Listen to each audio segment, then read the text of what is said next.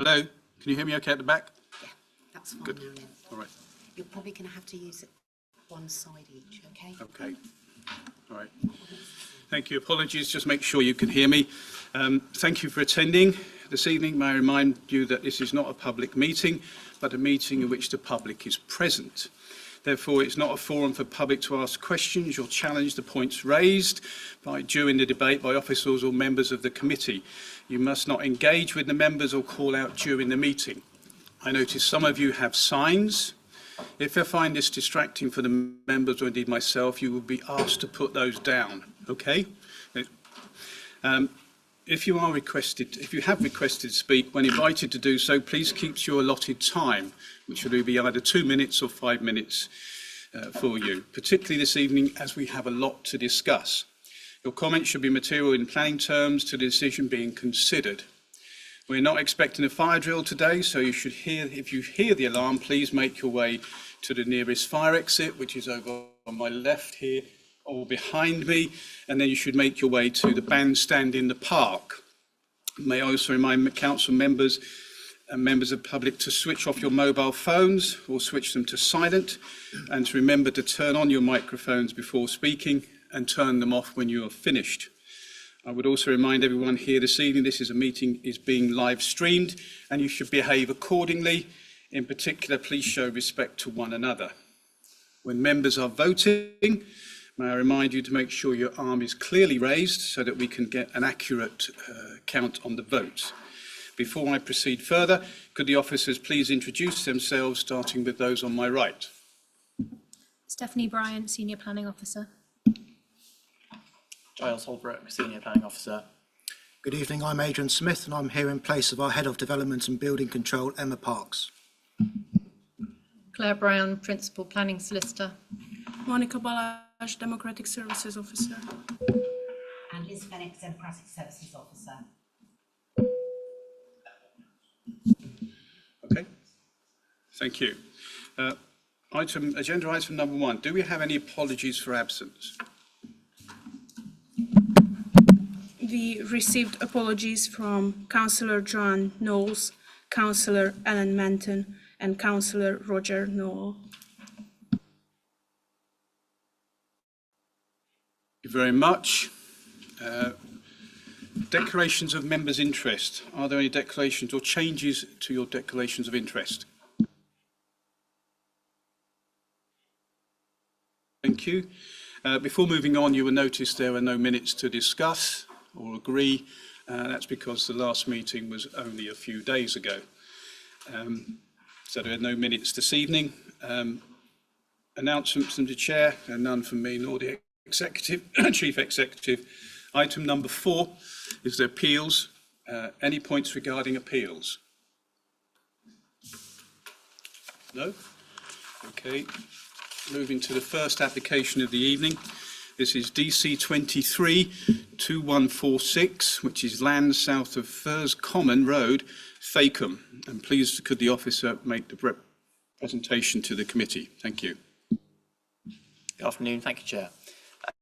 As said, this is an application DC 23-2146.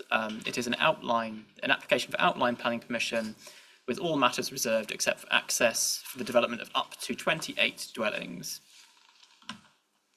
First slide shows the location and extent of the site in relation to nearby features. Now, a few annotations are made for ease of reference. So the red line defines the extent of the application site, which extends to just under 1 hectare. And it's situated to the south of the defined built-up area boundary of Fakenham, which encompasses the site on 3 sides, and that's shown by the dashed black line. The site is accessed from Storrington Road by way of an existing driveway, which is currently shared with numbers 1 and 2 Champions Cottages. The site is classified as Grade 2 agricultural land and is bounded by a number of existing trees, most notably to its western and southern boundaries. Trees present to the western site boundary are subject to Tree Preservation Order 0878, and also trees present to the southern side of the site access are subject to Tree Preservation Order 0976, and both of those are annotated on the slide for members' reference. This is an aerial image showing the physical condition of the site. So it is presently maintained as grassed paddock with treed boundaries to its respective sides as just described, bounded by rear gardens to the urban edges on the west, north and east hand sides. The site isn't accessible to the public and there is no public right-of-way found to the adjacent south of the site.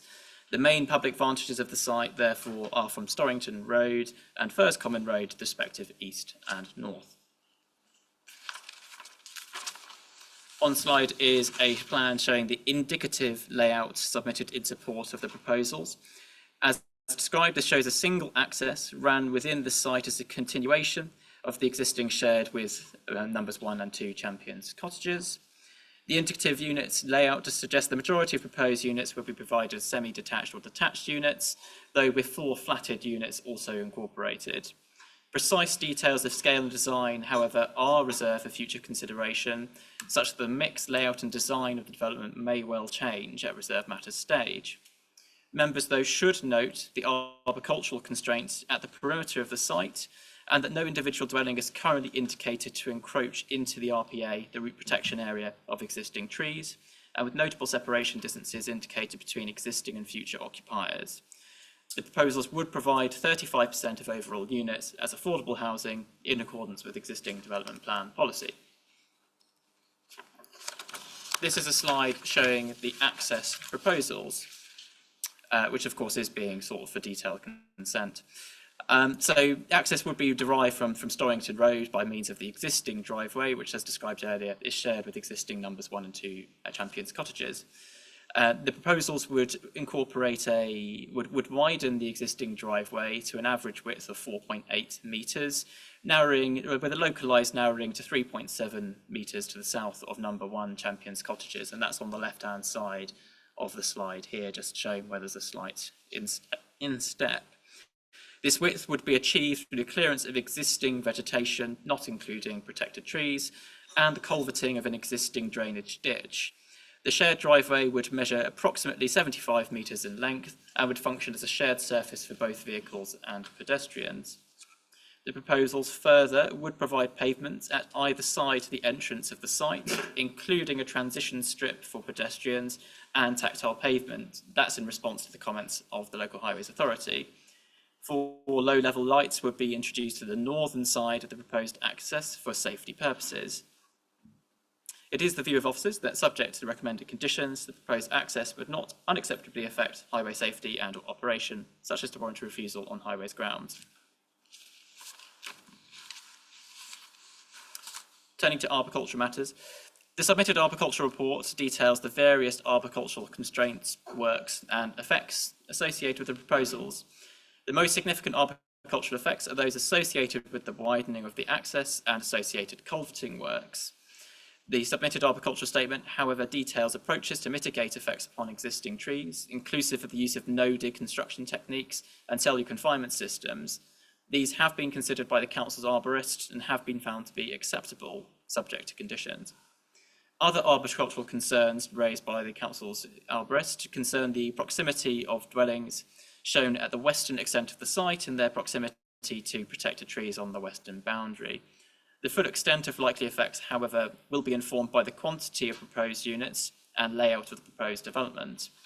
Given that the indicative housing mix currently skews towards the provision of larger dwellings, it is considered realistic that the proposed development could be designed in a manner which provides for a superior relationship between future occupiers and existing trees to that currently indicated.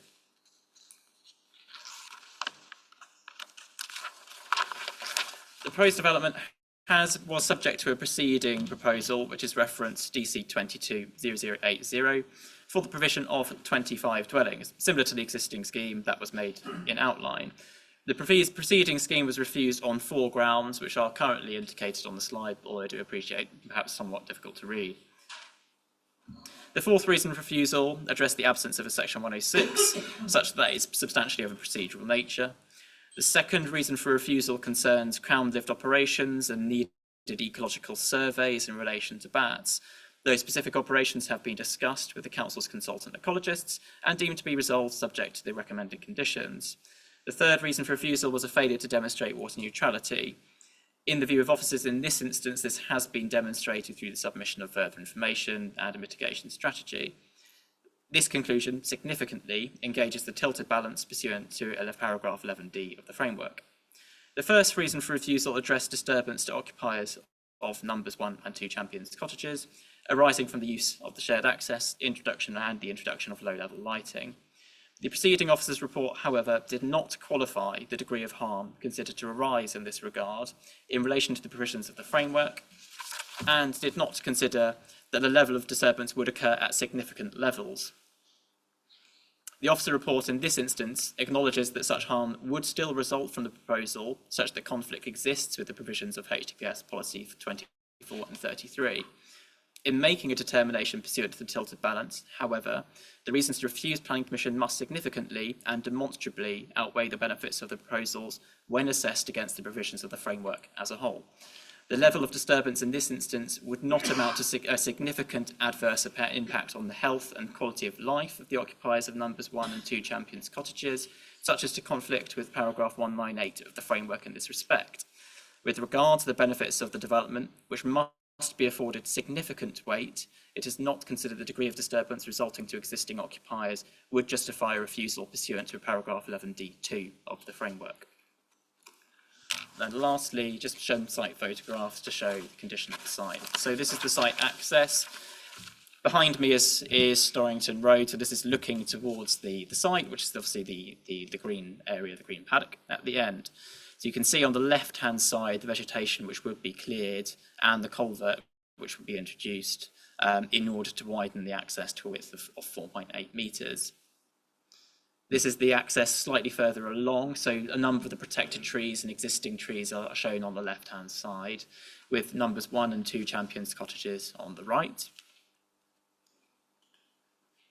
And this is obviously looking in the reverse direction, so back towards Storrington Road, again trees on the right-hand side for retention, and the existing occupiers affected by the access road on the left-hand side. Moving into the site, this is the site's southern boundary, so looking west. So in the rear, in the background, you can see the protected trees, which are subject of the tree preservation order, and the non-protected trees positioned along the southern site boundary, but are obviously still relatively healthy and in good order.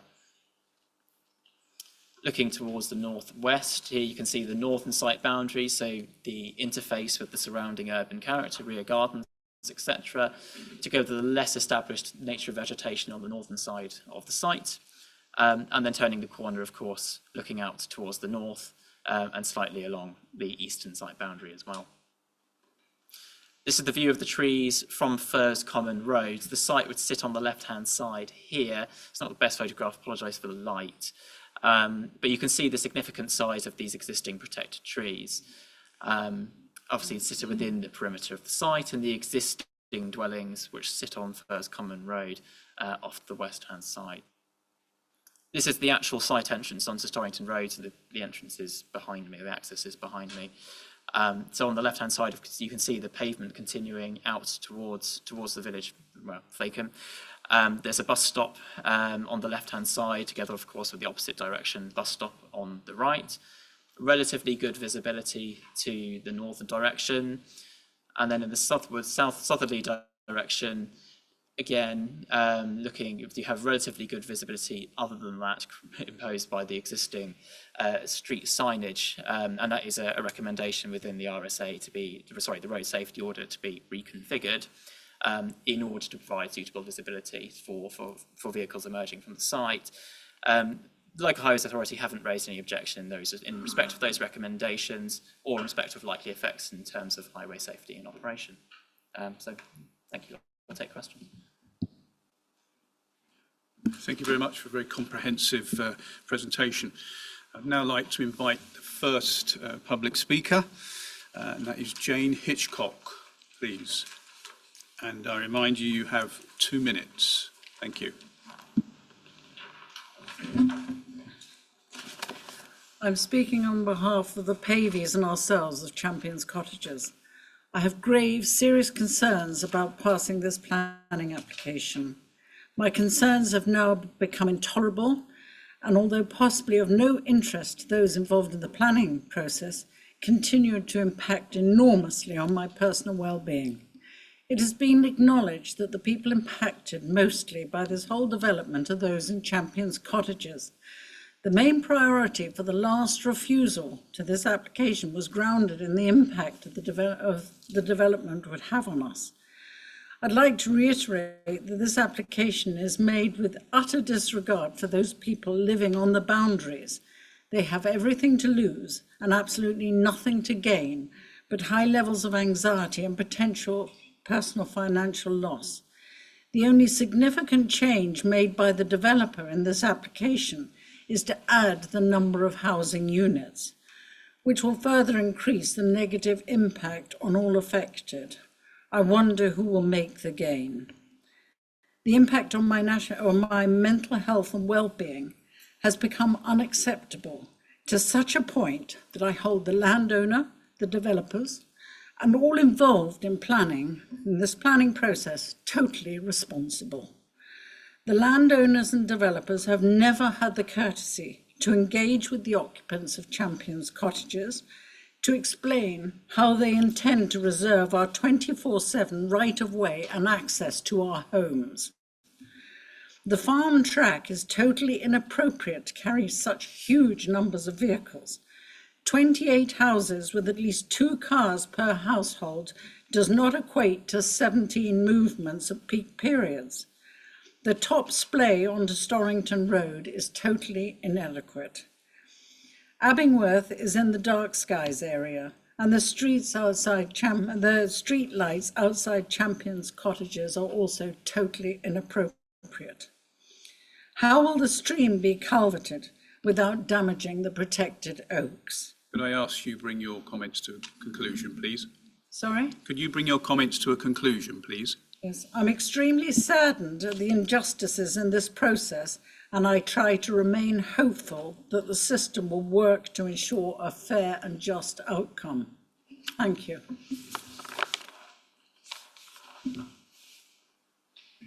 Okay, thank you.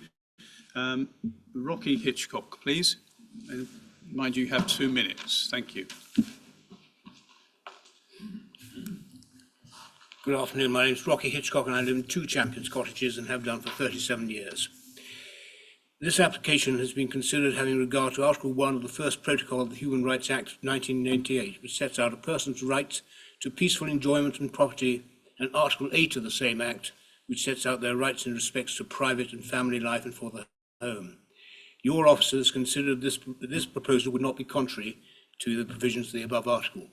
I totally disagree. I believe it is fundamentally a human rights issue. We have been ridden over by the developer and by the landowner. No consideration has been given to what we do when you are building the road. We'll be cut off.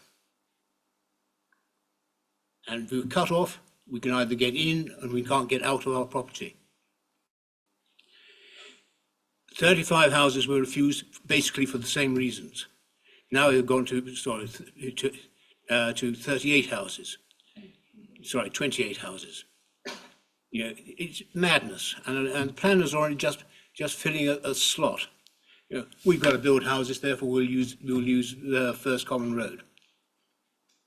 That's my say. Okay, thank you. Caroline Instance. Oh yes, you're there. Okay, and you have 2 minutes.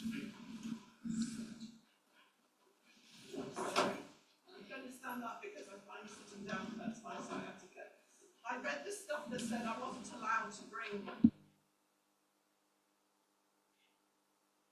I thought I'd give you a tea towel demonstration of what it means to Thacum, because basically I know you're not going to listen. You didn't listen last week, so really what I say is almost irrelevant.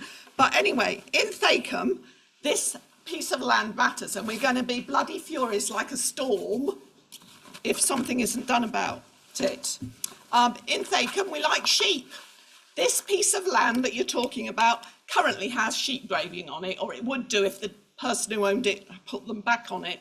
But it's a little pocket of green space, that's green for those greens who can't remember what the green colour looks like, where the landowner decided not to sell that little pocket of land along with the rest of the farm.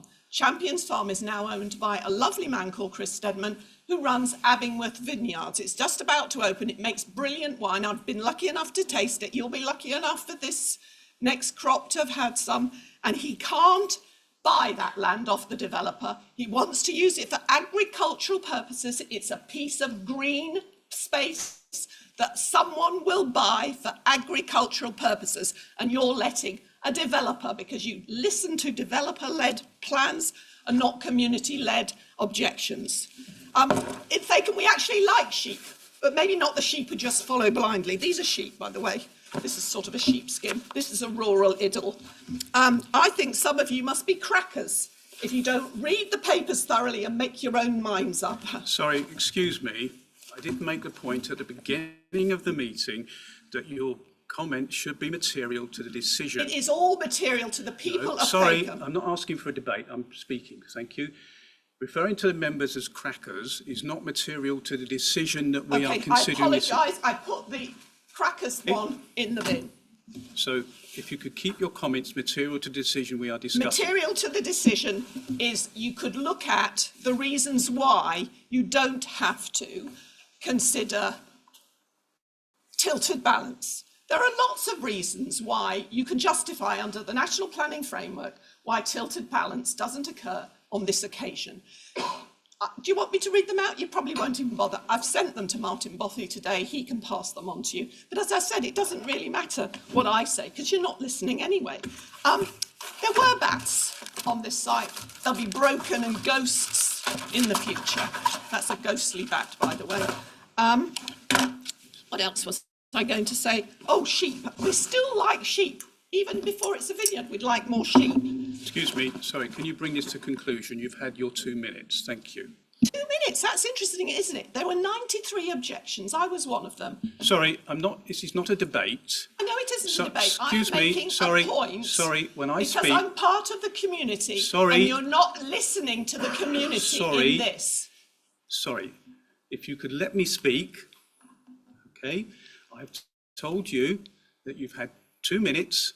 Can you bring it to conclusion? My conclusion is you should make your own minds up on whether or not this is a really useful piece of land that could be used for other purposes. How does it help you create a thriving community in Thacum? And you might be frightened of an appeal that some of us will take out a judicial review on this decision if it goes against us. Okay. I'm glad you're sorry, Mr. Green.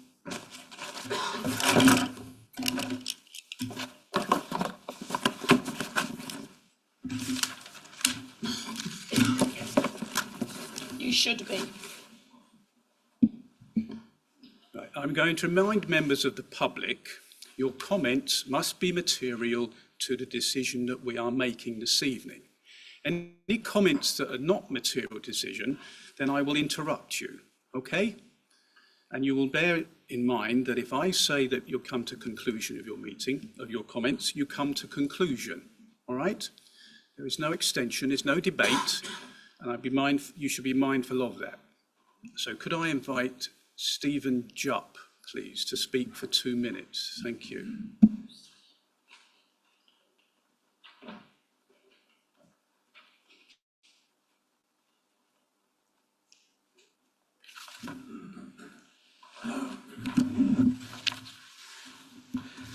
Thank you, Chairman, and good evening, councillors. I am Stephen Jupp, a Chartered Town Planner and the agent for this application. As acknowledged at 6.17 of the report, this site bounds the defined built-up boundary of Thacum on 3 sides, with its fourth side defined by a mature tree-lined hedgerow which separates the site from the large agricultural fields to the south. As indicated by the officer in the briefing, the siting is a reserve matter such that reduction in larger units as indicated at 6.26 can be achieved at reserve matters stage, and similarly plots can be moved, particularly 7 and 8, to address concerns raised at 6.31. As to drainage, there's no justifications that officers acknowledge for a full infiltration scheme at this stage that can be subject to a condition submitted later on. No highways objections are raised by West Sussex County Council, and the road safety audit agreed with them does not identify any safety concerns.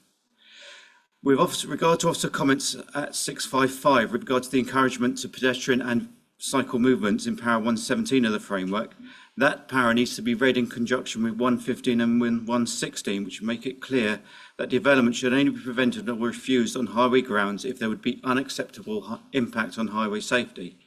As I had made clear, it is agreed there are no highway safety concerns. With regard to amenity, contrary to the officer views at 687, I consider there have been significant changes from the previous concerns of idling cars and lighting affecting neighbours. The highway design that you've been shown now shows low-level lighting along the axis to ensure that lighting is not an issue. And as to idling cars, the scheme now has a give-way marking west of the boundary of 1 Champion Cottage, and the pinch point is now on the south side of the access, opposite their drive, to avoid cars parking and idling in front of their drive. These changes should ensure that there will be no idling cars outside numbers 1 or 2 Champions Cottages. I therefore conclude that there are no harms that would be so great as to justify a reason for refusal. Even if you were to disagree with me, when the tilted balance is applied, which it must be applied in this case, I submit that it is clear that they would not be of such weight as to significantly and demonstrably outweigh the benefits. Can I ask that you bring your points to conclusion, Yep. please?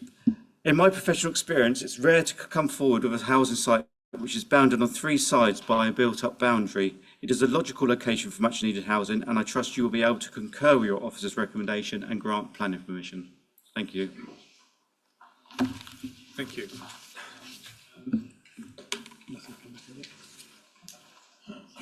Now or later? Later. Okay. Andrew Brown, please.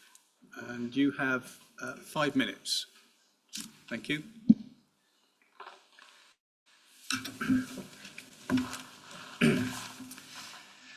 Last week, Thacombe Parish Council asked you to object to an application for 28 dwellings. This committee chose to ignore the parish in favour of the officer's recommendation. Therefore, this time round, we have visited the officer's report to contest it and the findings and the recommendation of support within that report. Firstly, not only does this report acknowledge that the development represents a departure from the development plan, but the officer seeks to push further housing into Thacombe by cherry-picking statements and presenting a narrative that is ultimately flawed upon closer inspection. Of the 13 consultees, only 2 actually supported the application, and one of those, the Environmental Health, acknowledged concerns over the borehole, the aquifer, and a failure to have a scheme comparable to British standards. Although the officer describes the site in section 1.4 of not being subject to surface water flooding, West Sussex County Council Flood Report objects to the application. It's in your report. Natural England objects to the application on multiple grounds of water neutrality. Southern Water has issues with sewage on the development, not a support there either. And Ecology is holding over their previous objection. The planning officer has summarised these reports into 1, maybe 2 paragraphs for you to read, but what insight do they have that these specialist agencies do not? Maybe the residents of the parish have a better insight with 84 objection letters listing 28 main material grounds for objection. Maybe the 84 resident letters, 1 parish council, 9 consultee agencies don't have to fix the district's problem of being able to demonstrate a 5-year housing supply of deliverable housing. Otherwise, the planning department may have properly addressed the access. We think the main issue is the access. It was only ever for farm vehicles access to the field. Basically, it's like a tunnel, highly bordered on both sides with trees and the height of the 2 cottages.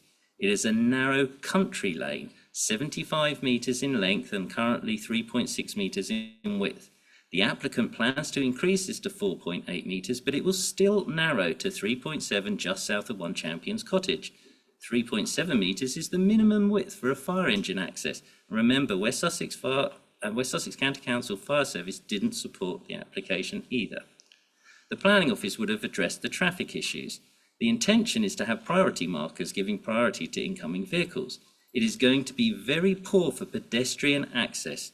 Part of the much vaunted sustainability is to walk to Abingworth, to which we should also add the bus stops for the school children, the morning time conflicting with the commuting and the school runs. There will be parents walking with children and pushchairs not only to Abingworth but also to the High Bar Lane playground. There are big challenges for pedestrians, whether adults or children, to walk safely along that road as there is no verge. How can a narrow agricultural lane bounded by a ditch on one side and 2 cottages on the other transform into a safe road for two-way traffic plus pedestrians? Number 2 Champions Cottages also has a boundary brick wall, and traffic cannot drive too close to this. Environmental Health did recommend there were issues and pollution mitigation, but this is to go into Storrington and not Thacombe. The Planning Office might have addressed the amenity concerns, such as HDPF Policy 33, development to be designed to avoid unacceptable harm to the amenities of nearby occupiers. Champions Cottages will suffer much of the disturbance from the noise, traffic passing and very close to their properties, lighting of the roadway and the light of cars. Also, the potential idling of cars at the priority markers will increase pollution effects. These are clearly defined, they're not potential, they are harmful effects. But I guess with Champions Cottages don't have a Regulation 19 plan in limbo. The planning officers would also have addressed concerns regarding the soil and the ecology. There are a number of trees that have TPOs on them, and the trees along the proposed culvert are at risk of not getting sufficient water. Surely the culvert should be a perforated one, thereby allowing water for the trees, plus the water will soak into the ground, helping to recharge the aquifer. This was reported by the ecology consultees, as well as stating that they are unsatisfied with the lack of reports regarding the bats and the wildlife. Don't forget, they are also holding their objection to this application. Plots 10 to 14 have been identified as having future potential conflict regarding their proximity to protected trees. This is prejudicial and unsustainable for future residents to have such conflicts. Surely the solution would be for 20 instead of 28 houses, avoiding that area, which could be needed some green space in a fairly crowded development. So there you have it. Only some of it, mind you, because 5 minutes is not a long time. As committee members, you can say no to an officer recommendation. There is more than enough grounds to say this is unsustainable development, especially within Thacombe at this time and under the sustainability grounds of the NPPF, because having no local Horsham District Council plan doesn't give people the right to steamroll and shoehorn in development. We were happy when you objected in 2023 before you had all the local plan issues, and we are asking that you do the same. Thank you for your time. Thank you.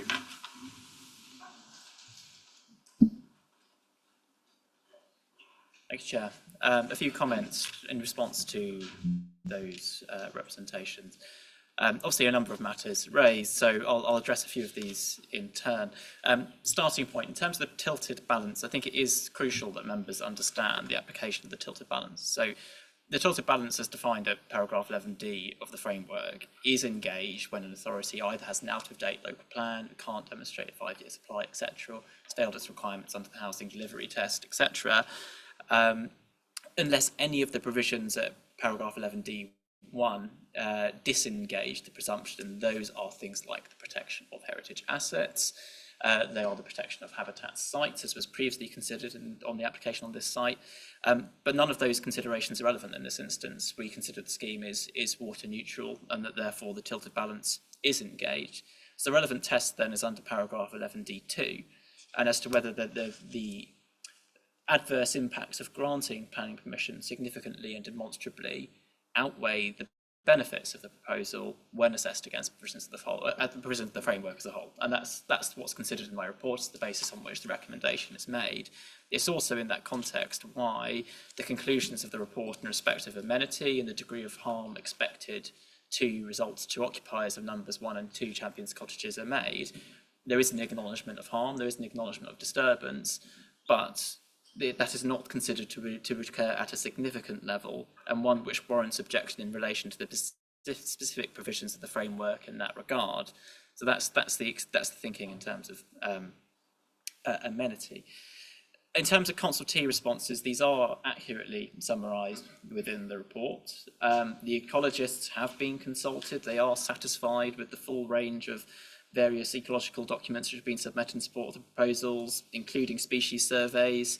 The sole objection, which was in the initial response of the 22nd of December 23, was then addressed through subsequent correspondence and confirmation provided by the applicant, with the latest response of the 15th of the 5th of 2024 confirming that subject to an appropriately worded condition, which is incorporated into the report, that relevant trees to be subject of Crown lift operations be subject of prior inspection by a BAT licensed climber, and that those works are undertaken under ecological supervision would be sufficient to address their concerns. In terms of the construction of the culvert, that is a detail reserved within the conditions recommended for you, as suggested by the Council's consultant arborist. And in regard to environmental health's comments, these have been discussed quite significantly with the relevant environmental health officer. I can confirm that all of the conditions that are recommended before you in respect of quality testing at the borehole, etc., have all been discussed. They've all been put before the officer, who has confirmed their agreement to me that they are sufficient and satisfactory. So in that respect, there is no concern in terms of future risk to future occupiers, etc.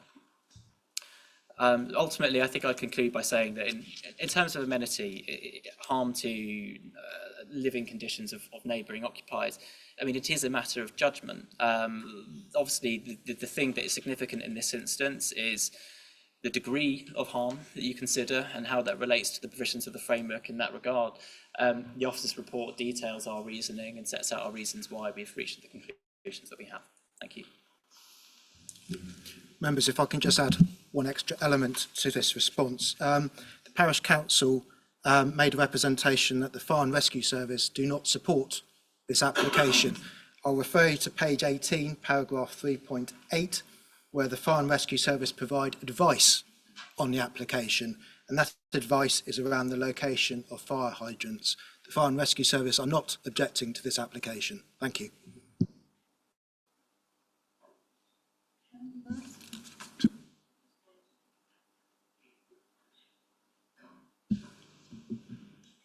Yeah, just to respond on the points that were raised by one of the speakers regarding human rights. There are very few absolute human rights. Even your personal liberty is not an absolute right. That is why we have prisons.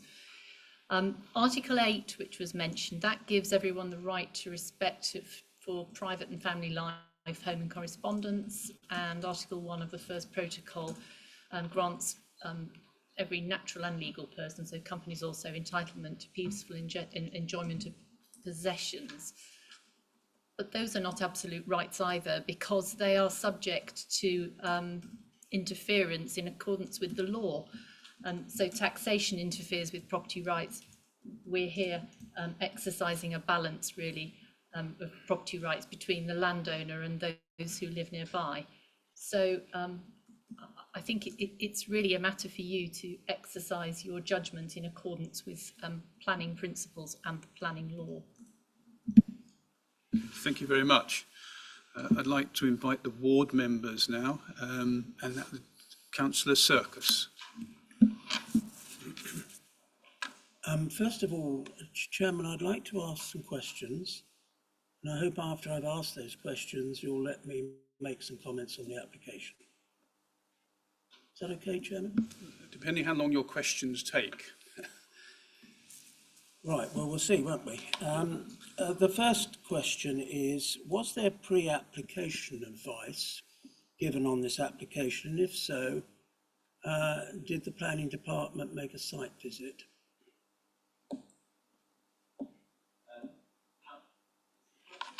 Sorry, mine's off. Yeah, thank you. No pre-application advice was given prior to this submission, and no, therefore, accordingly, no site visit was made at that point in time.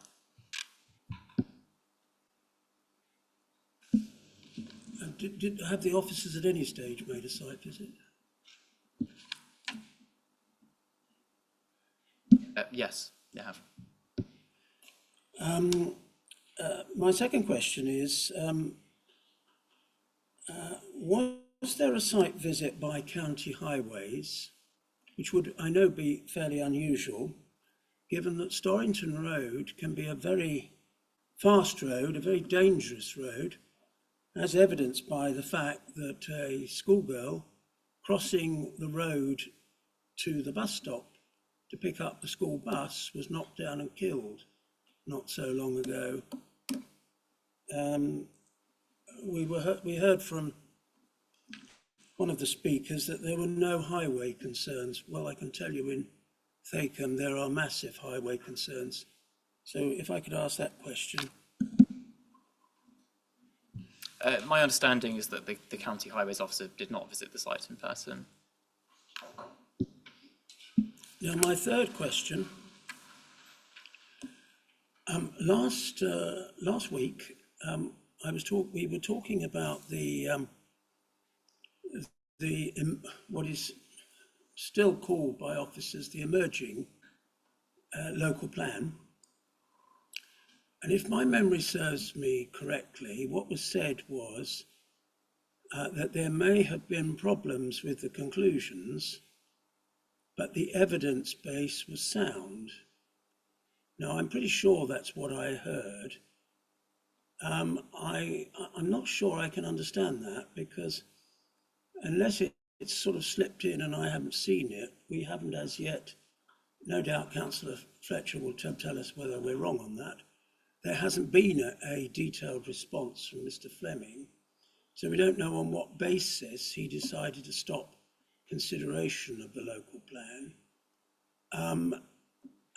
Am I right in saying we cannot be sure that it's just the conclusions from the evidence base, that it may well be that Mr. Fleming thought the evidence base itself was flawed?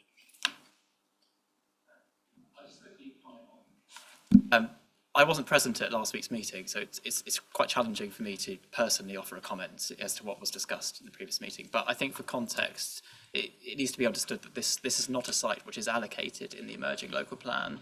So I think irrespective of consideration of the emerging local plan and whether it's found to be sound or not, this is not a site which would be considered to comply with the emerging local plan. Okay, I need to get on. Can I now make my comments, Chairman?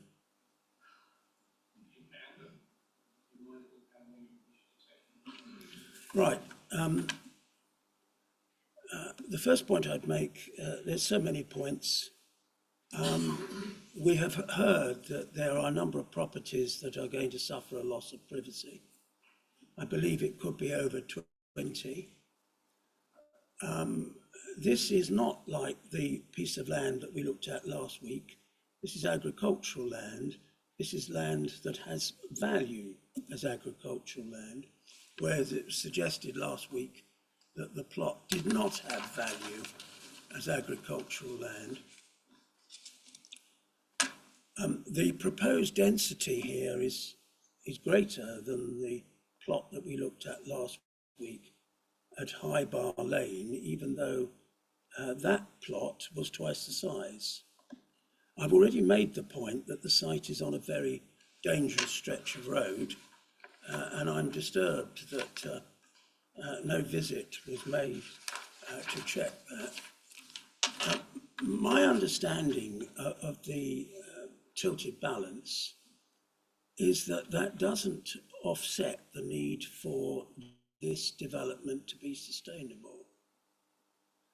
And this site is thoroughly unsustainable. We've already heard that if you read the report, and from what we know elsewhere, the tree officer is not overly confident of the long-term well-being of the existing protected trees. There's no public transport. My colleague, Councillor Manson, last week gave a graphic description of what you would need in terms of public transport to get from Thacombe to Storrington. And it wasn't very impressive. So there's, to all intents and purposes, no public transport. There's no employment, and that's particularly the case since the mushroom factory closed. And that doesn't seem to have been taken into consideration. There's no doctor, no dentist, no pharmacy. There's one shop, or one little cafe restaurant. All the traffic from this, because of the absence of those facilities, all the cars, all the traffic will go into Storrington.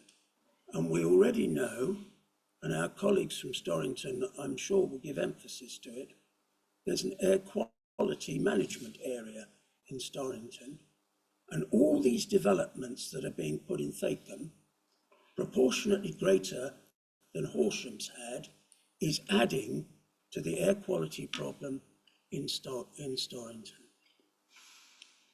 And then finally, we've heard about the difficulty of emergency vehicles getting down that very narrow lane. I mean, there are so many reasons why this development is wrong. It is an unsustainable site.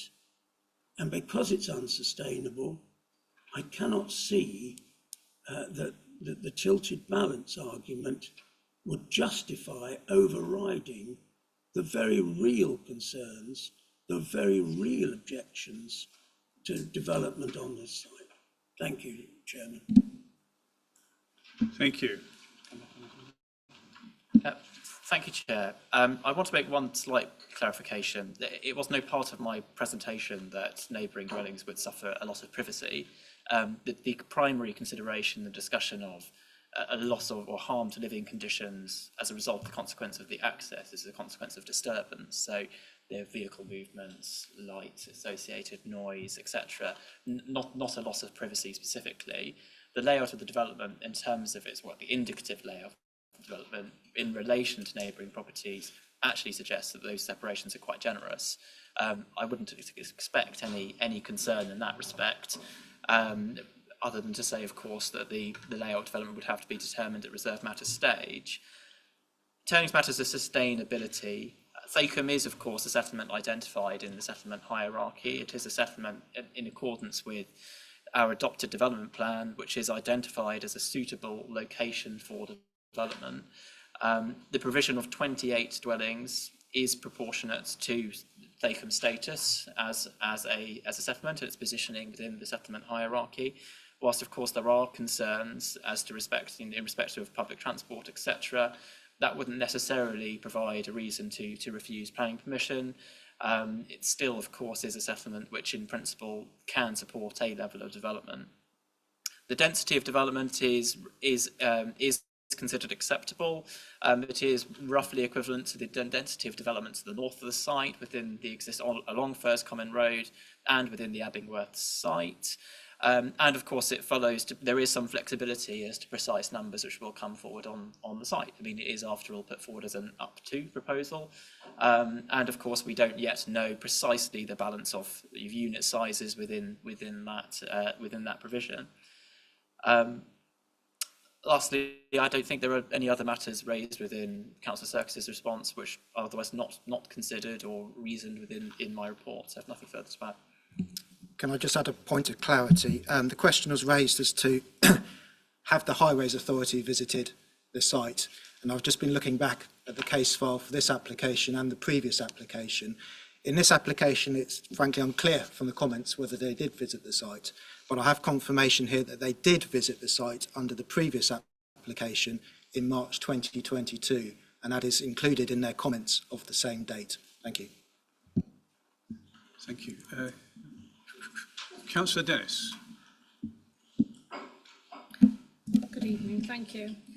Notwithstanding my colleagues' comments, which I support, I think I'd less like to comment on the fact that I concur with some of the other comments that are made tonight, in the fact that there are a number of objections and comments, significant number of objections and comments that are made on this application, specifically from, and that includes West Sussex, Southern Water and Natural England, notwithstanding.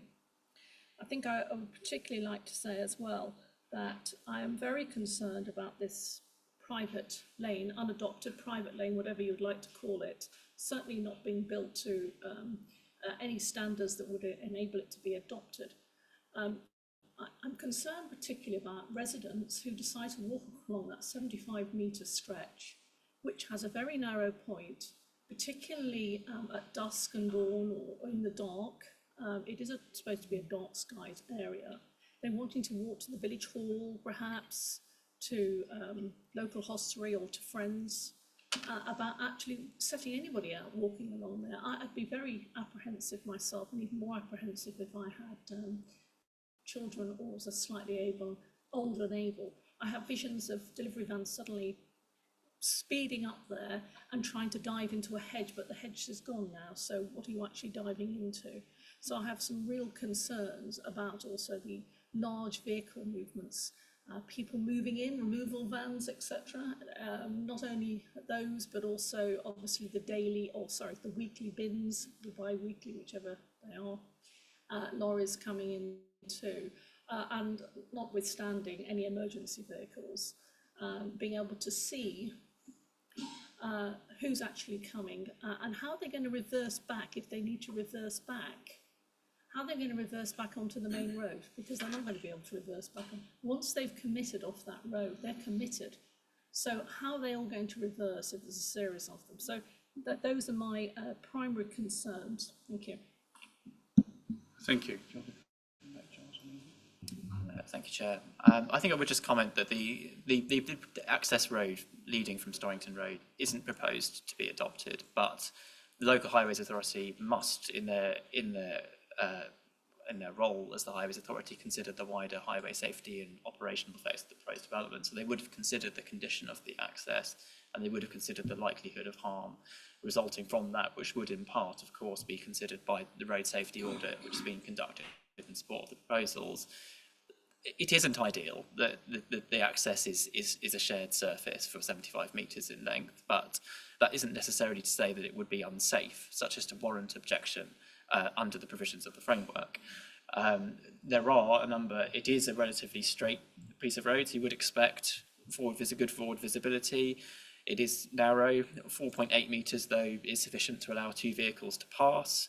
And of course, a number of calming measures have been suggested, including a localised narrowing to the south of number 1 Champions Cottages, the incorporation of give-way markings, and the incorporation of low-level street lighting. We further have a condition recommended to secure the use of an alternative surface, so not a tarmac surface in effect, to denote the transition from the public highway to a shared space, which is quite a common hierarchy approach taken within development. So collectively, those measures are considered sufficient. Yeah. Yes. Yeah. Well. I will now come back on that one. That is the bare minimum. So I read the notes, and what we're suggesting here is that because it's such a small development, that actually that bare minimum can go in. But all I'm making the point is that this is the absolute bare minimum. Okay, thank you. I now open up the application for debate by the other members. Councillor Croker. Thank you, Chair. I'd also like to thank Councillor Dennis for having taken a lot of the words that I was going to say, actually, about this thing. We're looking at this 75 metres, no footway. It's going to take somebody at least a minute to walk along that way. It beggars belief that we've even got this far considering it, to be honest, let alone the proximity to the cottages. And unless somebody comes up with a really good suggestion, I'm minded to vote against this, I'm afraid. Thank you. Thank you. Yes, Councillor Fisher.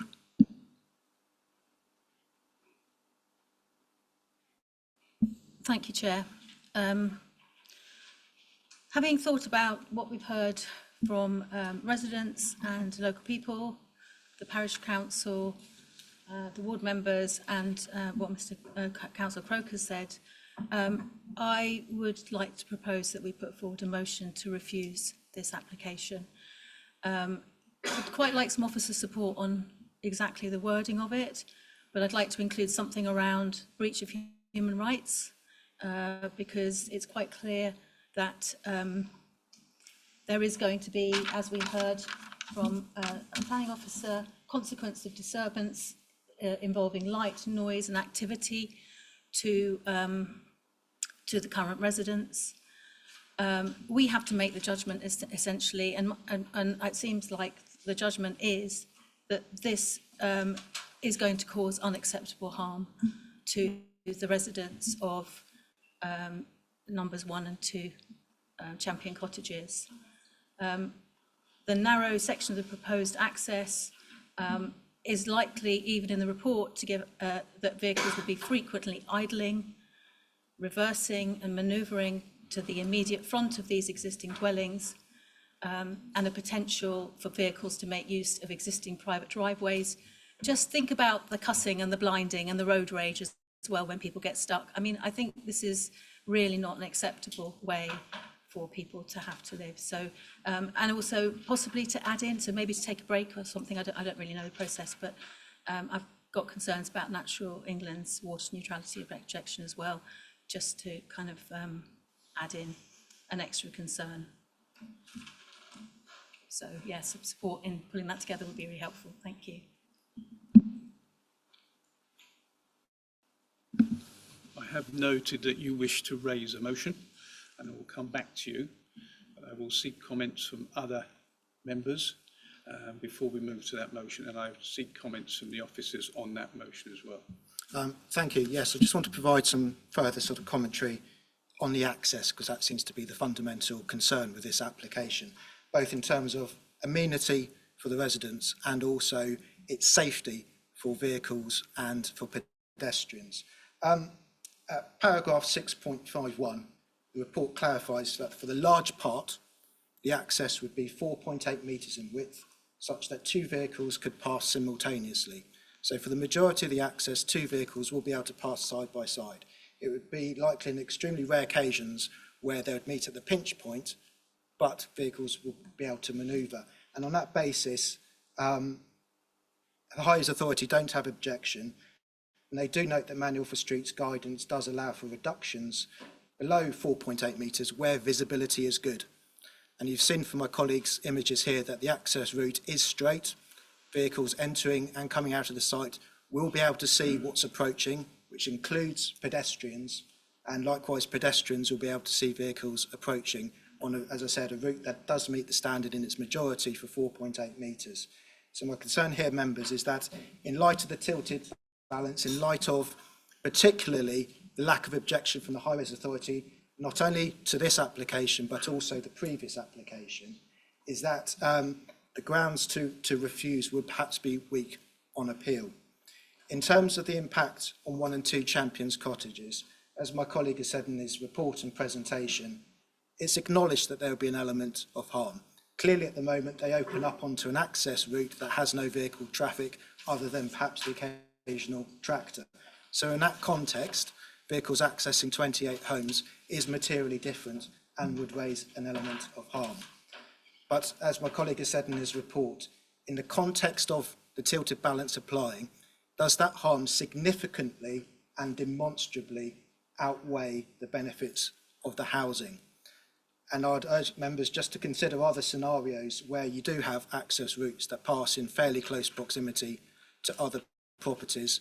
There are a couple of examples in Abingworth, but also I'm sure you're familiar from wherever you live. So the advice of officers, and I do emphasise this, is that the tilted balance does overcome that harm.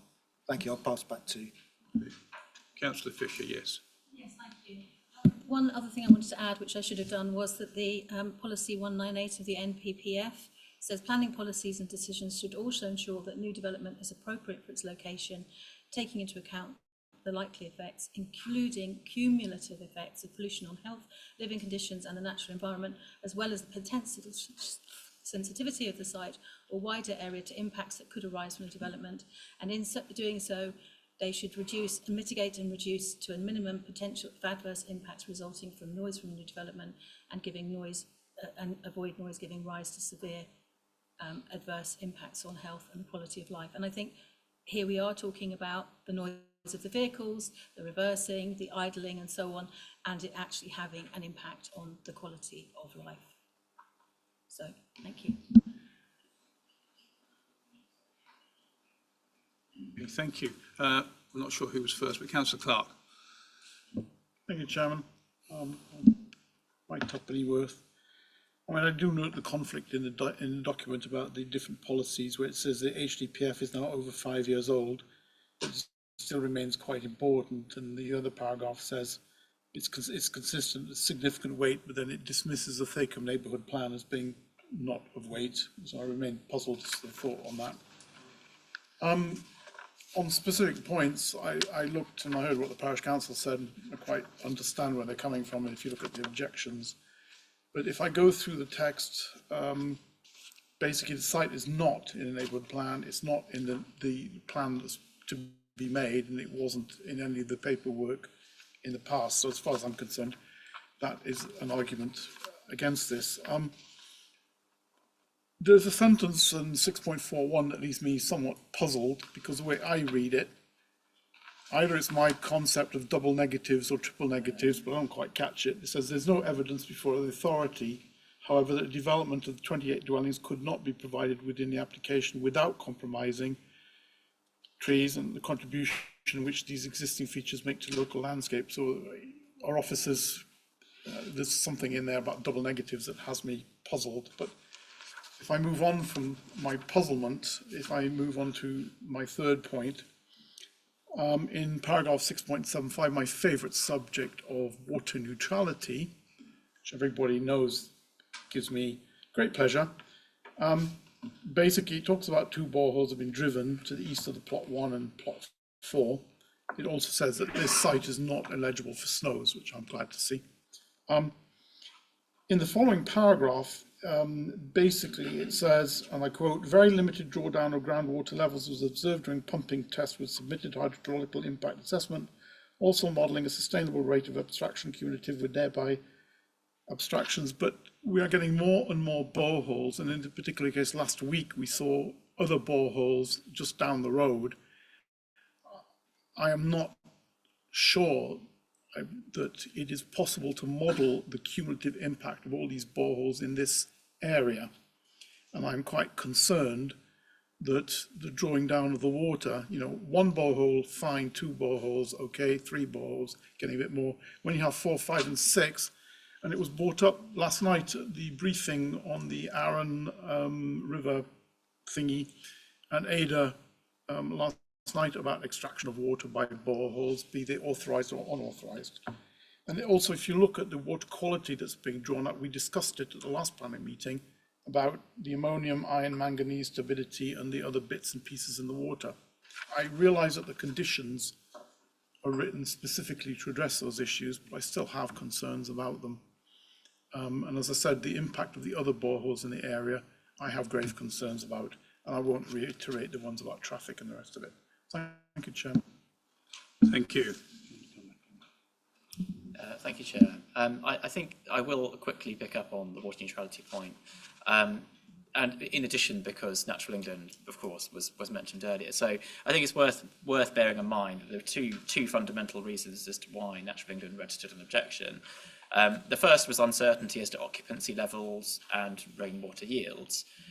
The proposal was made in outline format. So the Council's appropriate assessment outlines the expected scale of mains water demand expected from the indicative housing mix, and in effect what we would expect in terms of necessary rainwater yield to be obtained from the development. It is, of course, a fair comment that no firm level of occupancy can be determined before details of scale and layout, etc., are considered, and the same applies for the degree of obtainable rainwater yield from collection surfaces as well. Though the appropriate assessment does set out, it does go into the minimum collection surface necessary to service development, which would be 35 metres squared per dwelling, which is very small and well below it's around 20 metres squared below the average dwelling size shown on the indicative plan. So it is eminently achievable, subject to details of design. In terms of abstraction from the site, I mean, of course, I recognise that the comments in terms of boreholes and sustainability of aquifers, etc. I mean, of course, it's difficult to have a discussion as to the sustainability of an aquifer without precise details of which boreholes are being discussed, etc. But the hydrogeological report, which is submitted in support of proposals, considered a number of different scenarios. It considered abstraction from the Smock Alley site, which is comparatively close to the site and would target the same aquifer. It also considers the resumption of Southern Water's own abstractions, I think, is it further down the road and from Smock Alley and West Cheltington as well, from memory. the scale of obstruction in this instance totals only 4,818 litres a day. So it isn't immense, I think, in strategic terms. Though for the purposes of certainty, the applicant went through the process of applying for an Environment Agency licence for an obstruction in excess of 20,000 litres a day. Now, that's not at all what we expect or to be necessary to service development of this scale, but that Environment Agency licence was gained, it was granted by, so clearly the Environment Agency consider that it is an aquifer which can sustain a level of obstruction quite significantly in advance of the scale of obstruction they actually need. So that supports or informs the officer view in this instance. Councillor Potts, sorry. Thank you, Chairman. Following on from Councillor Clark, again, a question on water neutrality. Perhaps I should have put it past him before asking you the question, but it's specifically relating to the precautionary principle as per Regulation 63 of the Habitats regulations. Does this not require absolute certainty that the development will not harm the protected Arun Valley site?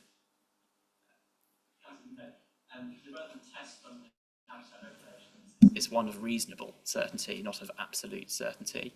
And of course, the council's appropriate assessment is conducted with regard to that threshold. So we have already assessed and sought Natural England's advice on the basis of reasonable certainty. Does any other councillor wish to comment before we move on to the motion? Yes, Councillor Fletcher.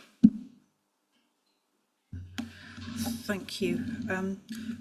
Just quickly addressing Councillor Fisher's proposed motion to refuse this, to say that I would certainly not be able to support a motion to refuse this application based on breach of human rights, pollution, and noise and light.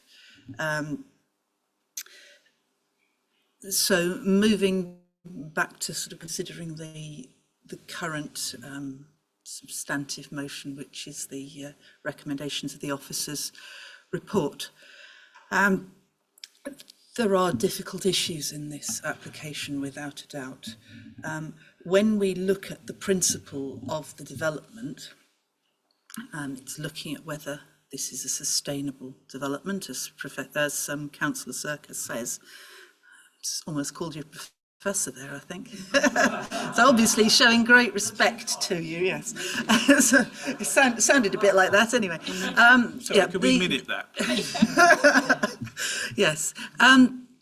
This is sort of has been identified as a site according to its position in the hierarchy settlement as a site that is appropriate for a certain level of development. It's a relatively small settlement, so it's not appropriate for huge levels of development. But this, in particular, when you consider it along with the neighbourhood plan issues, this is not a large additional quantum of housing. It would be a site that we wouldn't be approving if we had an up-to-date local plan, and we all know the local plan was allowed to fall out of date, and we are now operating under the tilted balance.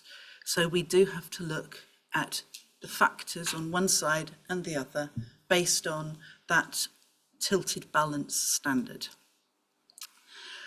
So looking at what are the difficult factors here, there are four that I wanted to talk about. The first one was the one that Councillor Clark's just raised about abstraction of water. And I think it's not just him, I suspect all of us have some level of concern about the great proliferation of boreholes that we're starting to see across the district, and how that will have a long-term impact and how those will interact with each other. However, that is not an issue that's specific to this site.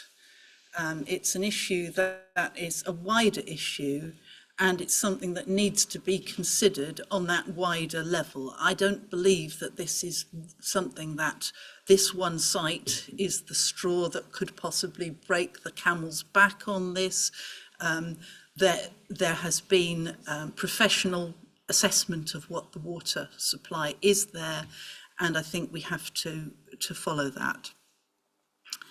I'm obviously concerned that this is agricultural land, albeit that it's not being used for agricultural purposes, particularly at the moment. And that is a harm that I take really seriously, because once you've built on agricultural land, you can't unbuild it and just get it back again. So it is a harm, and there's no two ways around it. What's the level of the harm? Well, it's very much proportionate to the amount of agricultural land that is in question there, and it is a relatively small amount of agricultural land. And we're also looking at under the tilted balance, where we are being required to take a lot more houses. Where would you put these houses? There are issues wherever you choose to put the additional houses. So it is a factor that I'm going to be weighing in the balance when I consider how to vote here. As far as the trees are concerned, I was very mindful of the concerns of our expert arboricultural advice here about the trees on the western boundary with the tree preservation orders. And I agree entirely that future residents, if the site was laid out like that, would be very much tempted to heavily prune those trees and cause them successive harm over a time period. So if we are to end up approving this site, I would certainly be expecting us to put an informative on there about ready for the reserved matters stage, because I would feel very uncomfortable at reserved matters stage being asked to vote for a site layout that put the gardens and the houses in that proximity to those trees. I think by far the greatest issue on this site is the access along the south. 75 metres is quite a long way without a footpath. 4.8 metres is a reasonable squeeze along the whole thing if you've got two very wide vehicles trying to pass there. And it's a nuisance with a pinch point, and you've got the issue that if you go in and out, the people who are already in the site are the ones who are going to have to reverse, because you wouldn't want to be reversing out onto a B road. It's really not very satisfactory. We've been to West Sussex County Council on this. West Sussex County Council have considered this. We often don't agree with West Sussex County Council on these things. I'm not particularly impressed by that as an option. I've thought about this really hard. I still can't say it's what I'd like to vote for in terms of an access route, but I've been listening about the perceived benefits of having additional housing, including additional affordable housing for our district. It's not just whether or not Thacombe itself needs these particular houses, it's about housing across our district. And at the moment I feel minded to say that I think that access, we should be taking the advice of our officers and the West Sussex Highways experts on this, that although it's not ideal, Thacombe is a village and there are actually quite a lot of country lanes that 4.8 metres wide and even have restrictions on them, and people have to reverse backwards and forwards over a prolonged distance. So that's where I am at the moment. Thank you. One final comment, Councillor Trollope. Thank you, Chair. I've been listening to the debate, and as for many people, the main point that's coming back to me is concern over the access road. And I've been thinking about how have we been looking at access roads when we're a bit in not quite agreeing with the national highways. And the biggest example that came to me was Billingshurst when we were looking at the trade park, the housing development, not the trade park, but it's near the trade park. And we were concerned about the width of a new road. But for me, that's very different to what this is. This is a small, very small country lane going to 28 houses in a fairly rural location. It's not the same as New Road. And I'm minded, therefore, that, yeah, we do have small country roads in England. It's the biggest thing I noticed when I came to live in this country. And you just have to drive slowly and carefully. And it's not a road where people are going to be tempted to go to speed up to 60 miles an hour as they're trying to get out of Billingshurst. So I'm minded, therefore, to follow the advice of the officers and to support the recommendation. Thank you. Okay, thank you. I'm now going to call a short break, at which the Councillor Fisher, sorry, put forward your wording of your motion, and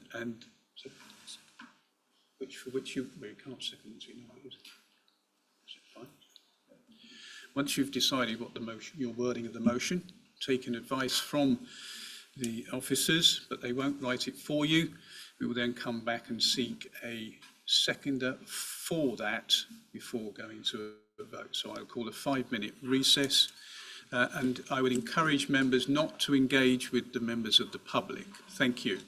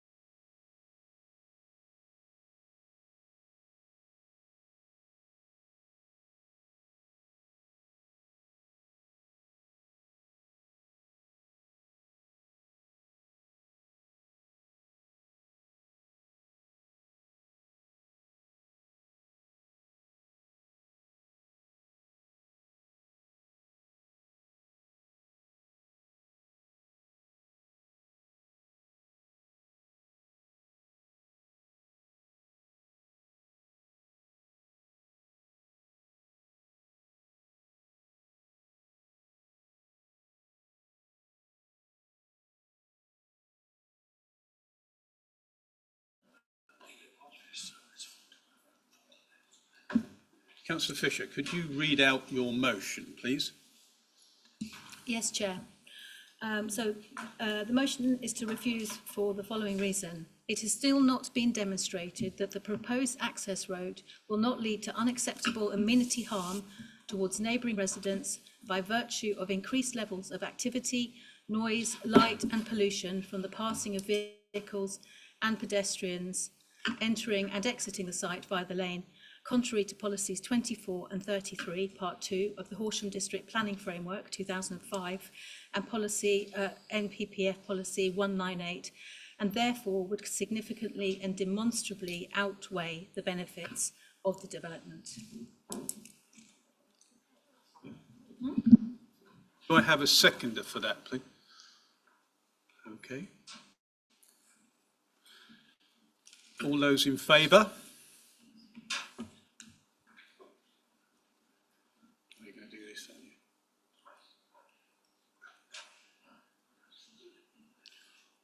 All those against?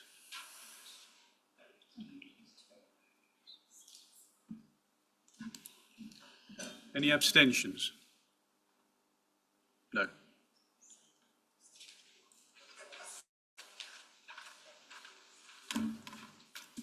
Sorry, we didn't hear that. Could we put it next? Not been announced yet, sorry.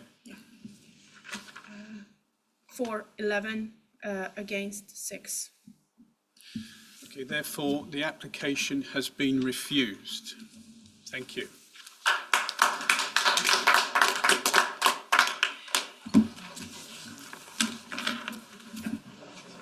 Thank you, Chair.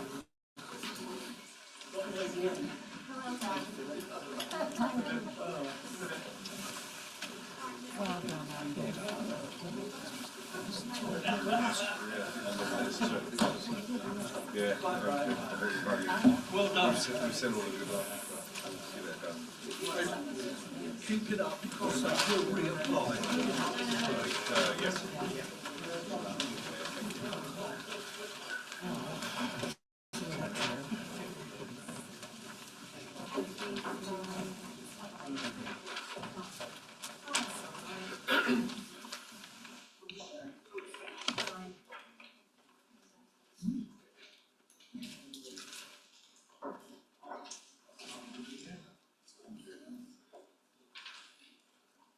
Thank you. Moving on to item number 6, which is DC 24-0982, land north of Little Potters Green Station Road, Calfold. And could I invite the officers to make the presentation, please? Thank you, Chair. Firstly, I'd just like to draw members' attention to a typo in paragraph 6.56 of the committee report, which refers to the visibility displays being at the 85 percentile speeds of 27 miles per hour when it should read 37 miles per hour as per the transport assessment. Also, paragraph Sorry, 6... could you just speak a bit closer to the microphone? Yeah. Rather quiet voice. Sorry. Also, paragraph 6.87 refers to the HO requiring further testing and that... paragraph 6.56 refers to the 85 percentile speeds as 27 miles per hour, but it's actually 37 miles per hour. That is what's correct in the transport assessment. It's just a typo. And then in paragraph 6.87, it refers to the HO requesting further testing, water quality testing and a condition being attached. You may have noticed that condition isn't there. That's because since this was written up, the EHO has received advice from the Drinking Water Institute as to when different levels of water sampling is required.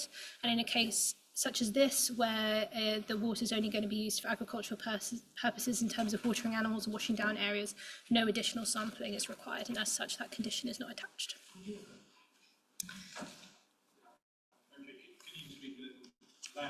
Still loud, okay. Okay, let's go. This is a full planning application for the creation of 35 new dwellings at a site called Land North of Little Potters. This is located just to the west of Calfold Village and south of the A272 Station Road. As you can see from the aerial on the left, this site comprises of 2 fields currently used for agriculture with vegetation boundaries, trees and hedgerows, and a tree belt that divides those 2 fields. For some site context, public right-of-way 1744 is located on the northern side of Station Road, and public right-of-way 1759/1 runs along the eastern and southern site boundary of the southern field. The site abuts Calfold built-up area boundary, Calfold's conservation area, and also Calfold's air quality zone, all on the eastern side. That's shown in the red hatch, the black dashed line, and the orange line. There is one listed building located along Potter's Green, whose curtilage in rear gardens backs onto the eastern boundary, with the northern field, that's in yellow.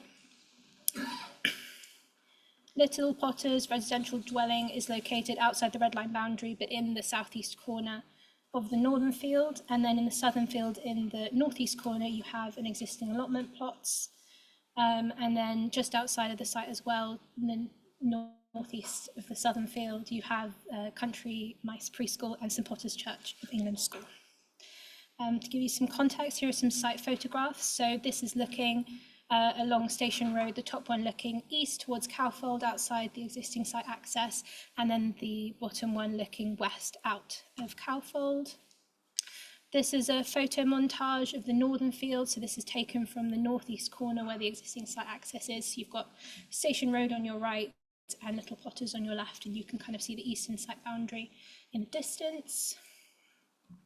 This top photograph is taken from the centre of the northern field, looking south, and that's to the tree belt that separates the north and southern field, and you can see the existing access between those two fields, and also Little Potters just off to the left. And then the bottom photo is taken from that access point, looking northeast towards Little Potters, and then again from that same point, looking across the northern field towards Station Road and those existing properties. Then looking in the southern field, this is taken from the northeast, looking southwest across the site with the southeast boundary, eastern boundary, and then that tree line between the two fields would just be off to the right. Here are the existing allotments, the existing allotment access in the northeast corner of the site. The site is allocated for residential development of up to 35 dwellings in the post-submission Calfold Neighbourhood Plan under Policy 12. The policy requirements are quite prescriptive, and this is the allocation map for the policy that shows some of that. So it's specific about the fact that the residential development should only be in the northern field, the southern field should be for open space, the retention of allotments on the site. Other requirements include the provision of school car parking area and landscape buffers along the various boundaries. So if we then turn to the proposed layout, you can see how that follows on from what's required of Policy 12, with the dwellings in the north, 35 dwellings in the northern field and open space in the southern field. The 35 dwellings are laid out across primary access road and secondary streets with shared surfacing. They comprise a mix of 2, 3 and 4 bed dwelling types. The greatest proportion of those is 3 beds to address the local affordable housing need in the area. That equates to 12 of the 35 being for affordable housing, and this is at a 50-50 ratio between affordable rent and shared ownership. All the dwellings are 2-storey with sufficient off-street parking provision, each of them space for recycling and refuse storage and cycle storage. And you can also see that a 15-metre landscape buffer is provided on the northern boundary, and a 3 to 10-metre landscape buffer is provided on the eastern boundary. To show you what some of that would look like, here are the coloured street scenes, so you can see the different, the combination of gable and half-hip roofs, various finishing materials and designs, and then looking again, here's a few examples of some elevations. So again, you can see the different details and finishing that's being used in the brick design and the roofs, to give you a context of what that would look like.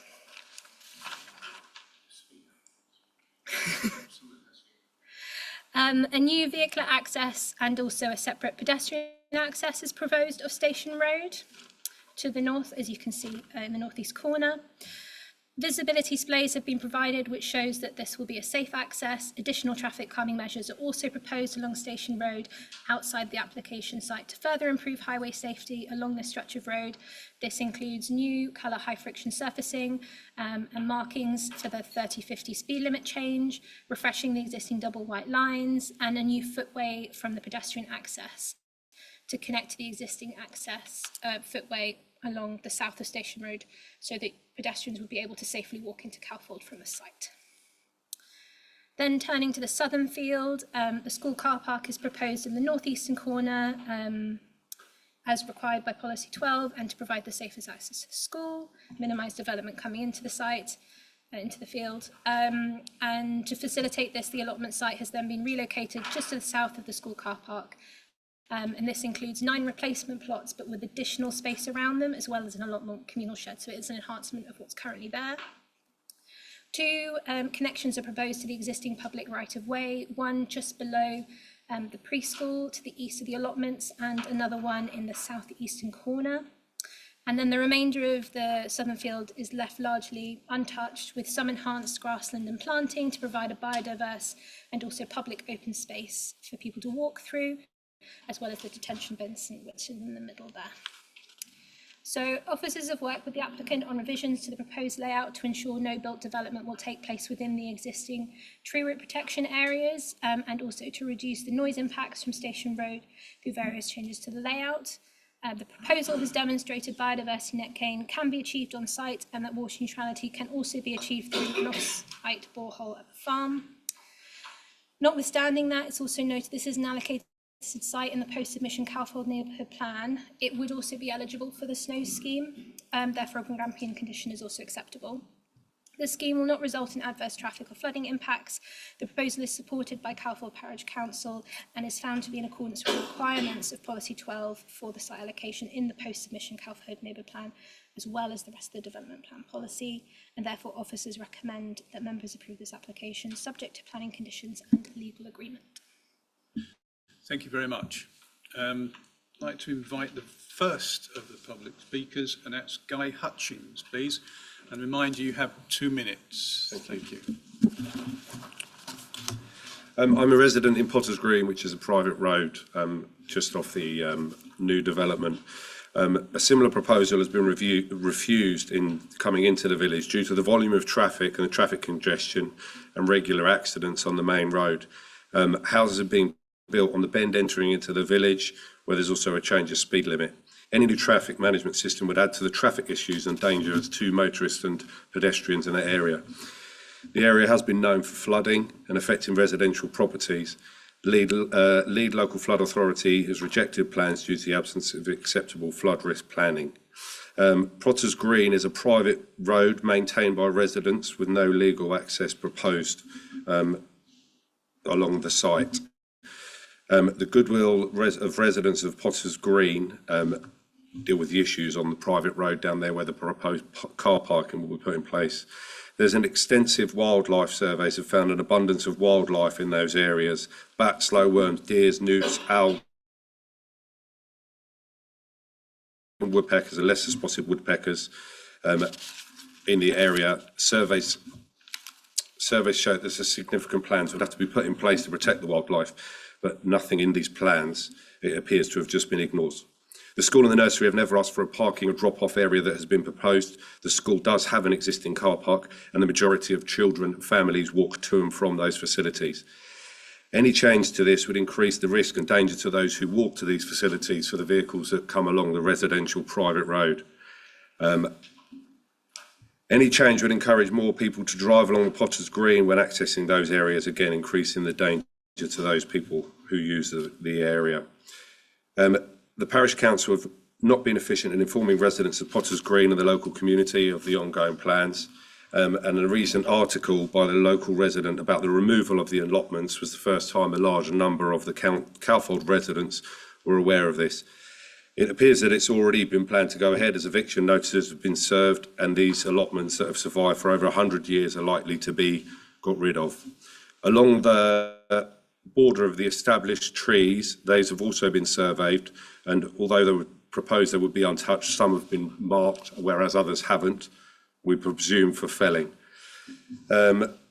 Any lighting that would have to be put in place is going to have any significant environmental issues, which will have to be obviously there for the safety of the car parking area. Reports and surveys suggest that this is also an area of historical importance and a site within an archaeological notification area associated with medieval pottery industry. High possibility this site contains Could I ask potential you to bring artefacts. your comments to a Certainly, conclusion? I'm right there. Potential artefacts medical. There's a significant impact on the Potters Green residents and other residents in the nearby vicinity, particularly those on the station road. And the proposed site is on working agricultural land. So once such changes have been made to that area of wildlife, potential historical significance will be lost forever. Thank you for your time. Thank you.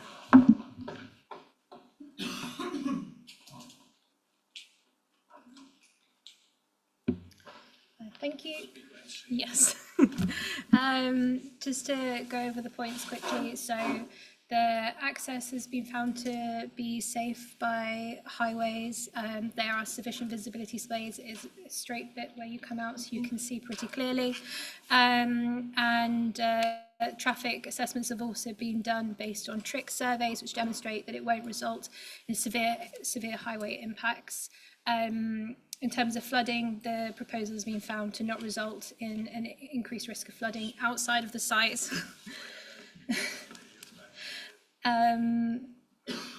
In regards to Potters Green being a private road, that's a separate matter, not relevant to planning. The details of the developer have been passed to a local resident in this regard to have further discussions, but notwithstanding that, the access is still safe if they come out of the school car park onto Station Road and then back into the site as they currently do. In terms of ecology, the ecologists have reviewed the surveys and are satisfied that the mitigations proposed and enhancement proposed is acceptable. The site was, in regards to the school car parking, that's something that's required as part of the household neighbourhood plan. That's where that's come from. That's why that's being required. So those discussions have already occurred. The submission is very clear about which trees are being removed and the conditions secure which ones are allowed to be removed and which aren't. So even if there is demarcation, that doesn't mean anything that is acceptable other than what we would be allowing today. And then there is a lighting condition, C12, which is specific to do with biodiversity, ensuring that it would be acceptable. So those details will come forward. Thank you. Could I invite Billy Clements, please? And you have 2 minutes. Good evening, members of the committee, and thank you for the opportunity to speak on this item on behalf of Divine Homes. As described in your officer's report, this site is identified for development within the Calfold Neighbourhood Plan. Whilst formal adoption of that plan has been held up by water neutrality, this is nevertheless a development which is plan-led and which reflects the aspirations of the community in that neighbourhood plan. We've worked closely with your officers, making positive changes to the scheme along the way to ensure that the proposals before you tonight preserve and enhance the landscape setting of the site, they protect the amenity of future occupants and those of existing neighbouring properties, and they respect the village character of Calfold and contribute positively to this gateway into the village. This is a sympathetic development which will deliver 35 much-needed new homes close to the heart of the village, providing a 2, 3 and 4 bedroom houses which meet local needs and a high proportion of 3 bedroom affordable rent homes for which there is a waiting list of nearly 8 years in Calfold. This is a development which will give 35 households the opportunity to get on or take the next step on the housing ladder. However, this is a development which is about more than just new homes. It is one that delivers significant wider benefits for the village community. In particular, approving this application will secure the delivery of a new car park and drop-off area to serve the primary school and adjacent nursery, alleviating parking pressures on surrounding residential roads and safety issues with drop-offs on the A272. There is no proposed vehicular access to the new houses or the school car park via Potters Green. New and improved allotment plots will be provided with additional facilities such as communal storage, a new public open space and children's play area for use by new and existing residents will be provided, complementing existing recreational facilities in the village. We would like to thank your officers for their valuable input and the proactive way in which they've approached this application. This is an application which not only meets the neighbourhood plan, but delivers water neutrality for a bespoke solution, and whilst it has access to SNOWs, does not place any pressure or reliance on the credits from SNOWs, allowing them to be used to bring forward other beneficial development. We hope that you'll agree the outcome of those efforts, the efforts of your officers, is a well-considered and high-quality development which unquestionably delivers on the priorities and needs set out in the neighbourhood plan. We therefore hope the committee will be able to endorse your officers' well-reasoned recommendation and grant permission. Thank you very much. Thank you. So I now invite the ward councillors. Councillor Lambert. Thank you, Chairman. Where to start with this? In 2019, Calfold held a public consultation over a weekend. This was led by Jerry Hooper of Calfold Parish Council. His great fear was to protect Calfold from speculative development moving forward. And they had, I think it was getting on for 10 sites dotted around the parish. Residents were encouraged to visit the sites, look at them, look at what was offered, then come back to the Allman Centre and grade them and vote for them. It was very well attended. Those people who attended chose 3 sites. Those 3 sites were for 2 iterations of the neighbourhood plan, because 2 iterations of the neighbourhood plan would be required to give them protection for a local plan. They also, one of their fears was that the numbers at St. Peter's School were dropping, and so they were looking for family homes to encourage young people to move into the area with children. Now they moved forward with that.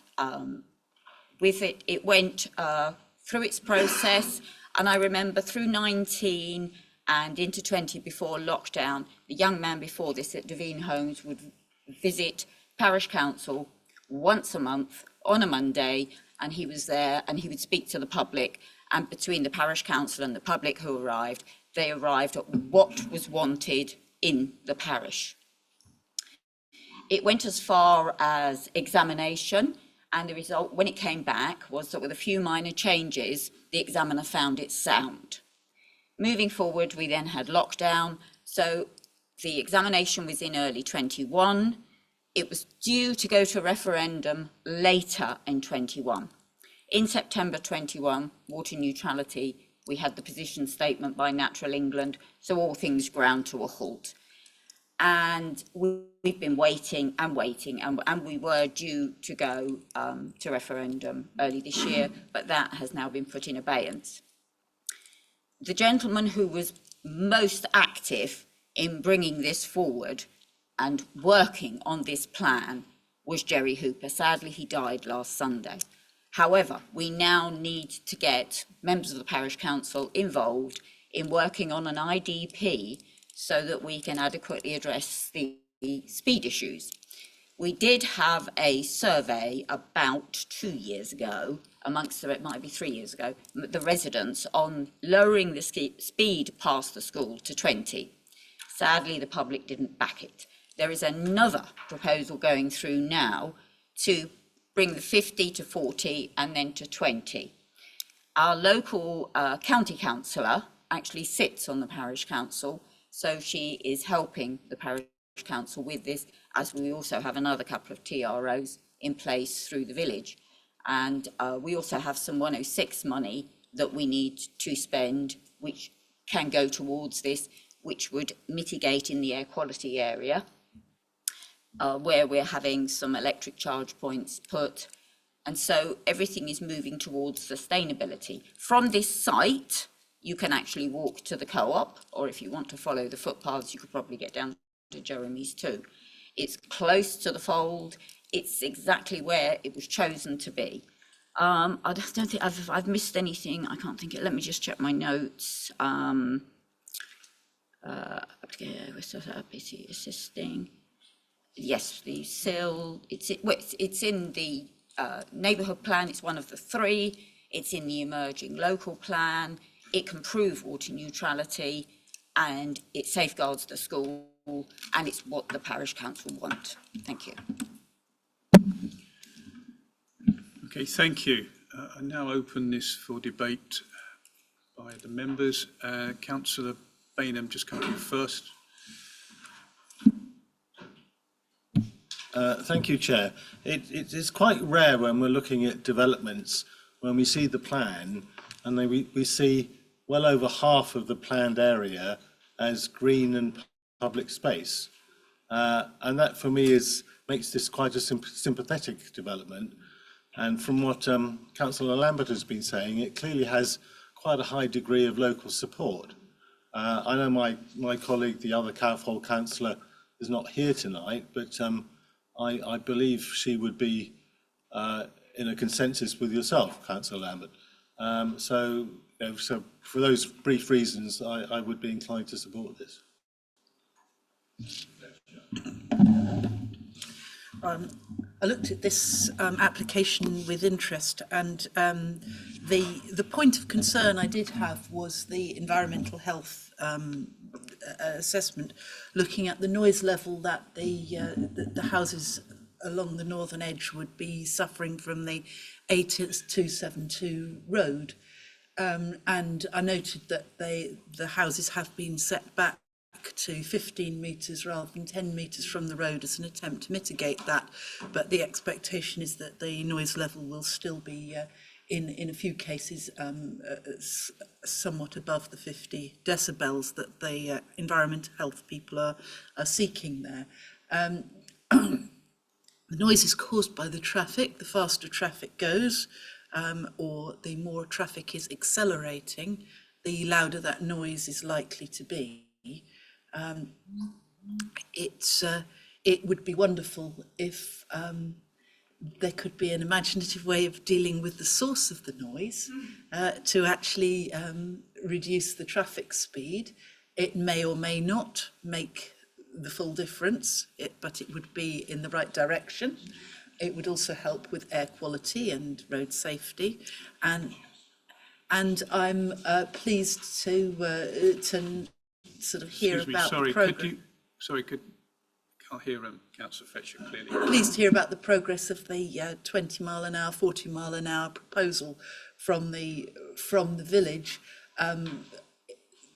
Because the built-up area boundaries effectively been extended, it seems that it would be really appropriate to look at the opportunity to move that the point at which the speed limit changes a bit further west and get the accelerating over and done with, or sort of happening further west as well.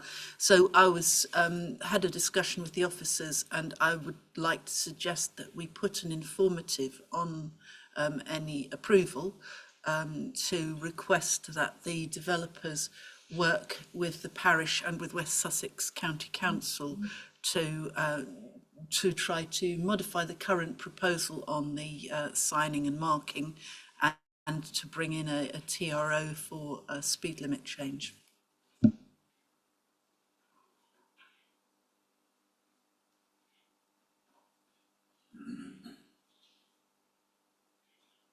Just making notes.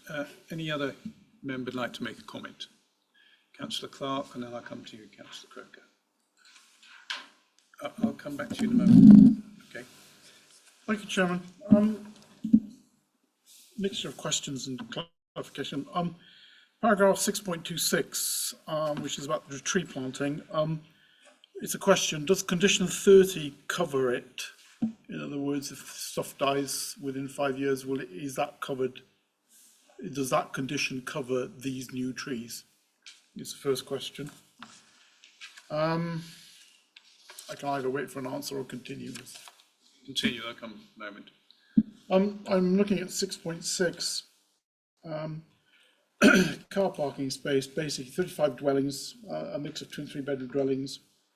Essentially, you've got 77 allocated spaces, so it's about 2 spaces. And you've got 7, so you've got 84 spaces in total, 80 allocated and 9 visitor. I do question whether that's enough, bearing in mind on many local developments, you've got one work van plus 1 or 2 cars, and you're immediately got over traffic and vehicles all over the place. And if you look at the layout of the sympathetic development, I think there is a potential problem here. So I'm just asking officers whether they're really happy with the amount of car parking. I know what the West Sussex theoretical calculation may indicate, but if you look at the widths of the streets and the layout of the car parking spaces, I do question the design in context of that issue of parking. And there was two more points, one of which officers can maybe confirm. I've never seen this before, and it really does concern me. If I look at pre-commencement condition 6, it's to do with archaeological investigation and basically site investigation and post-investigation assessment. Is this basically saying that you can go and have an archaeological dig and go and have a look at what's there, and even if there is something there, you can then go and bulldoze it and concrete over it? Is that what that says? Because I find that's quite shocking. I've never seen it before. And maybe you can clarify. And the last but not least point, condition 32. I presume that's removal of PD rights, is it? If you can just confirm whether that's correct or not. Thanks. I know quite a lot there, but I mean, quite happy to go through it again if you want. Thank you, Chairman.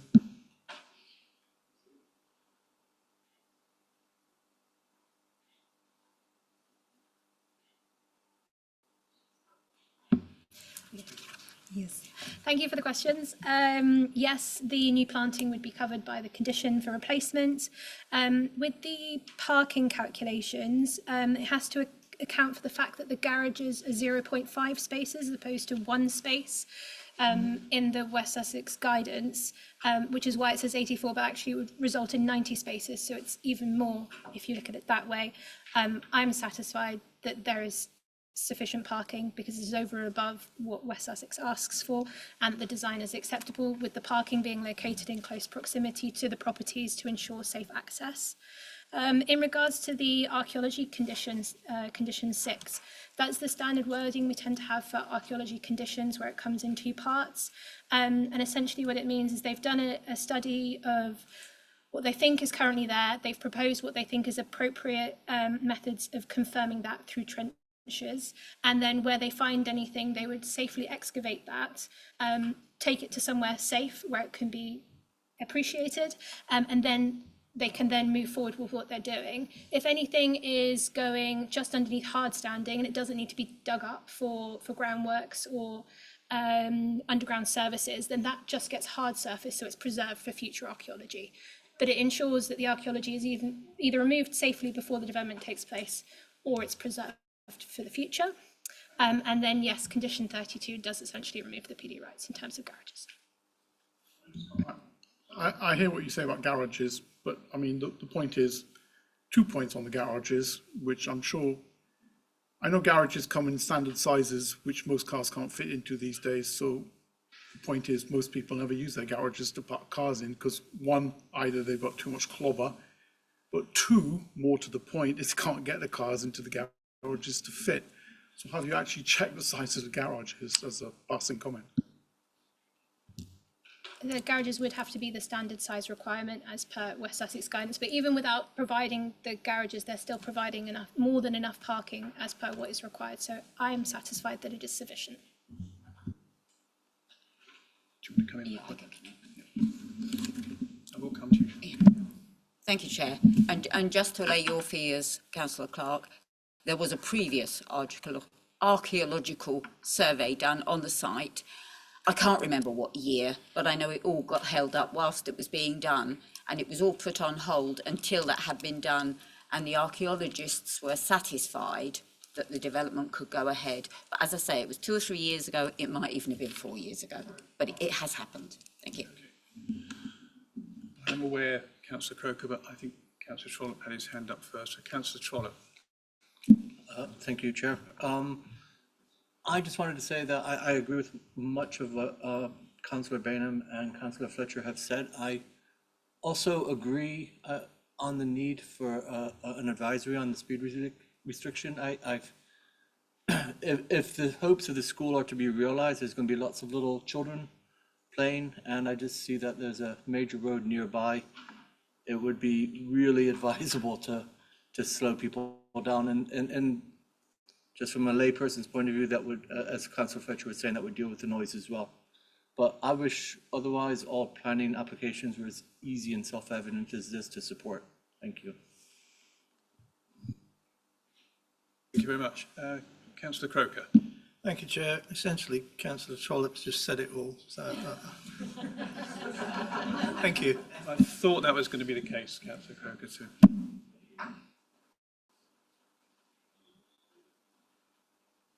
Yeah, okay. Thank you, Chairman. Just so I can come back, Councillor Trollope. Calfold is all about major roads. It's a crossing between the A272 and the A281. So most people live, probably about 40% of Calfold live on a major road.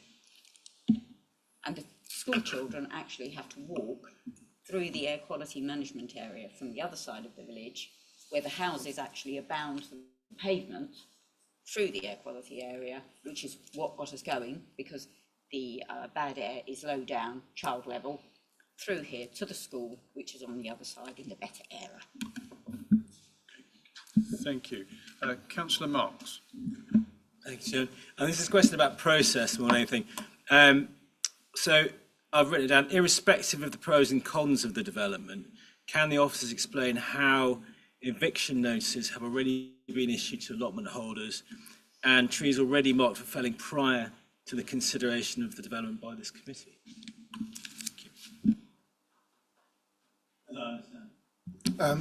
We can't comment on eviction notices. We're not aware of that side of thing. That's a private matter. What's required through the planning permission would be that the new allotments are provided before the existing are removed, therefore providing continuity of provision. I just come back. Sorry. So I will come to you, Councillor. Thank you, Chairman. The allotments seem to be under the jurisdiction of the parish council, and as far as I am aware, the eviction notices would probably only have been issued if for non-payment of fees and this, that and the other, because they actually do have spare allotments there. Thank you. Councillor Dennis. It was actually a similar question about the allotments and the necessity really to move them in the first place, because if I'd been attending an allotment for the last 20 years, I'd be very upset about being kicked off it and told to start a few metres away. Just to show you, this is the allocation map for the site, and I don't know if it's not very super clear, but there's a little dotted line that shows you the development boundary, which is limiting in terms of what can actually go on there. To minimise how much it's incurring into the southern field, they are proposing to put the school car park in the most sensible location, which is in that top field, so it doesn't incur as much of the green space, and also some of the new allotments will be located where the existing allotments are, and an allotment schedule has been proposed as to how that's going to be managed to ensure that continuity. Yeah, that's fine. Can I just say that somebody who's driven through Calfold numerous times, having lived near it for 20 odd years, it will be a shame if all the parents start using their cars to drive their children to school, where currently most of them all walk, and it's quite a delight to see it. And I have to say the car drivers and lorry drivers are very considerate when they see the children being walked to school morning and afternoon. Thank you. Any other comments? No? Okay. Then we'll move to vote on the recommendation from the officers with the addition of the informative, which is the informatives, can you read that out? With the addition of the informative, which is to request the developer works with the parish council and county council to seek to modify the speed limit via traffic regulation order. Okay. You're happy with that, Councillor Fletcher? As long as we think that modify implies reduce. Reduce, yeah, can we say reduce? Reduce. And move the speed sign. Councillor Yes, Croker. we don't want it going up. The point I was trying to make earlier, but didn't make clearly, was that I think the point that the speed limit changes needs to move, not just the limit. I didn't think the note quite captured that. Okay, just to reread, the informative would be to request the developer works with the parish council and county council to seek to reduce the speed limit and move the speed limit further west via traffic regulation order. Councillor Fletcher. I'll come to you in a moment, Councillor Dennis. Councillor Fletcher, you would... Fisher. Why am I calling you someone else? Sorry, Councillor Fisher. Can you be more specific and say 20 to 30 and 40 to 30?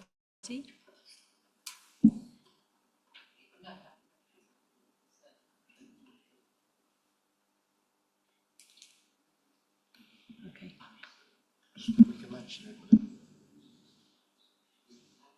Okay. We'll come back to leave it as reducing, I think. The parish council are, I'm told the parish council are dealing with that. Councillor Dennis, I've got the right I'll have name. to declare an interest on that one, and I will not be able to vote on that. Covenant London Highways.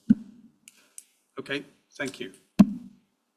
Okay, the recommendation is to approve full planning permission subject to appropriate conditions and completion of the Section 106 agreement within 4 months of the decision of the committee or such longer period as agreed by the director of place acting reasonably and properly with the inclusion of the informative. Can you read it out so I can? Yeah. Which is to request that the developer works with the parish council and county council to seek to reduce the speed limit and move the speed limit further west via traffic regulation order. Thank you. All those for? Sorry. Oh, sorry. I was advised I didn't need to do that. Anyway, all okay. We got a second up. Yep. Okay. We can go to the vote now. Yep. So all those in favour?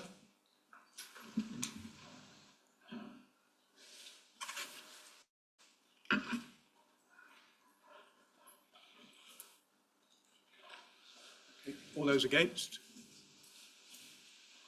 Any abstentions? Therefore, the application has been approved.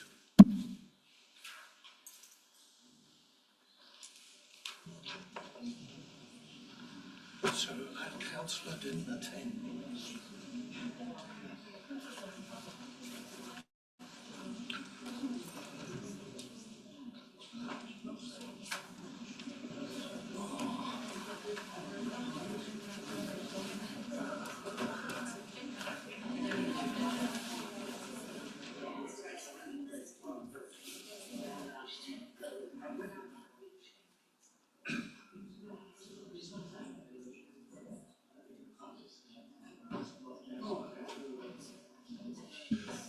Okay, thank you. Moving on to item number 7. Point of order, Chair, if I may. I need to declare that I'm acquainted with the speaker, or would-be speaker, if were he here, on this next item. I forgot that earlier. Apologies. I would declare the same, but it won't affect how I vote. Thank you. Thank you very much. Can I just get clarity then? So you're both saying that you know Russell Barnes, okay? Because he's not in attendance. We're going to read out a statement from him. Thank you. Okay, item number 7, DC 212394, which is 141 Shooting Field Stenning. Please could the officer make the presentation to the committee? Thank you, Chair. This concerns an application for full planning permission for the erection of 14 dwellings within a single apartment block in replacement of 2 existing dwellings, that's numbers 141 and 143, Shooting Field. This was considered previously by committee in November 22 and benefits from a resolution to approve subject to the completion of a Section 106 agreement together with the various conditions recommended to be attached. The sole reason this is returning to committee in effect is the officer recommendation is to attach a Grampian style condition to allow a grant of planning permission without the prior completion of a Section 106. To refresh memory, this is the location plan on slide now. So the site sits at the top of Shooting Field and Stenning, with number 141 on the left and number 143 on the right hand side. So it's located within the built-up area boundary, is considered to be in compliance with the provisions of the development plan as originally considered in the officer's report. This is the broad layout of the scheme as previously considered. So it's largely an L-shaped building which fronts onto Toomey's Road and Shooting Field off to the other side, with parking confined to the rear. So in effect, this is the previous resolution, so that the application be approved subject to completion of a legal agreement and that the conditions set out in the report subject to one amendment and the addition of an informative. The reason that the section 106 hasn't been able to progress to completion is purely for procedural reasons. One of the parties is not in a position where they can agree to the terms of the section 106. So that's the pure reason as to why it hasn't proceeded to completion by, even despite the amount of time which has passed. But because of that time which has passed, in effect, obviously, we've had a number of significant appeal decisions in the district concerning the use of Grampian style conditions. As an authority, we now have a published position, which is that, in effect, the proposals considered to comply, the development plan would be considered favourably subject to a standard style Grampian style condition, which is that put on the slide now, which in effect either allows that scheme to benefit from access to snows, or alternatively for a bespoke offsetting scheme to be agreed with the authority at conditions stage. So the scope of consideration in this instance really should only be in respect of the imposition of the Grampian style condition. But other than that, of course, the development is considered to comply with the provisions of the development plan for reasons originally assessed. Thank you. Thank you.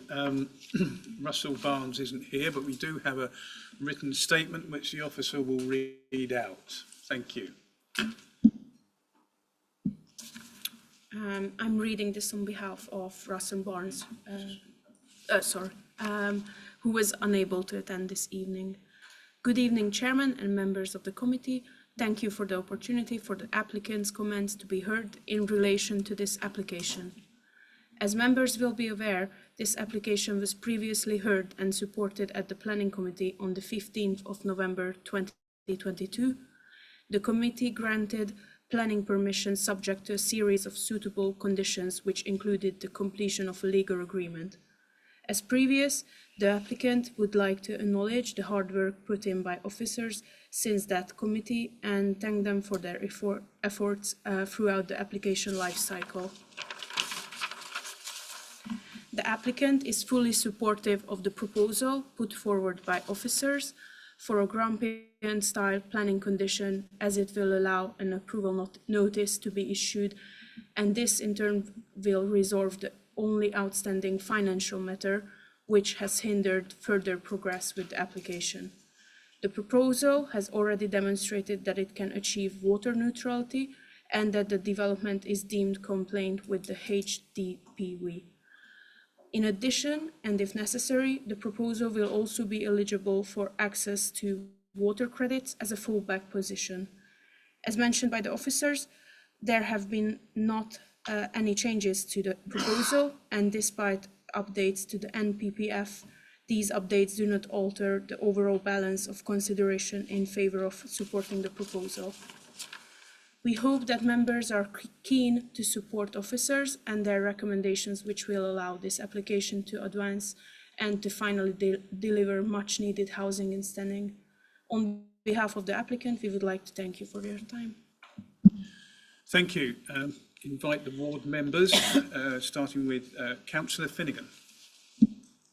Thank you, Chair.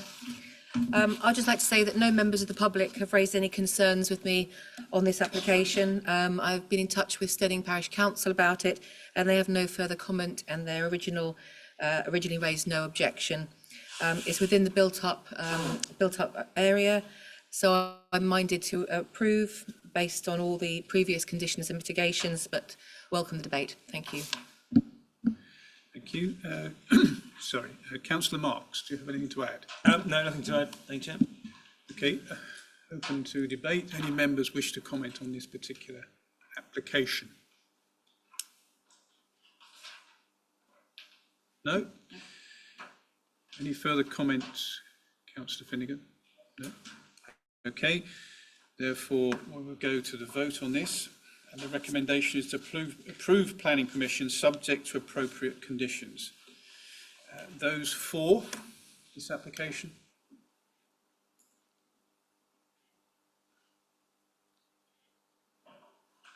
Any against? Any abstentions? No. Therefore, the application has been approved. Thank you. Excuse me, thank you.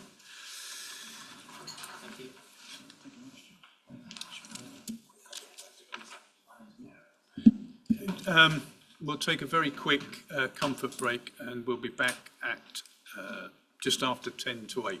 Thank you.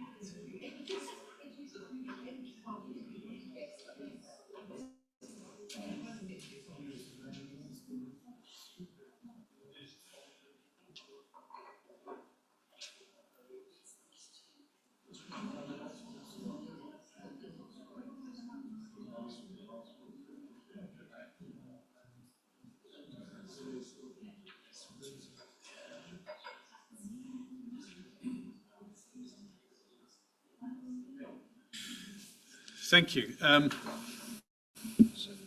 Agenda item number 8 is DC 23-1594, land at the Old Dairy, Blackstone Gate Farm, Henfield Road, Albourne, Hassocks.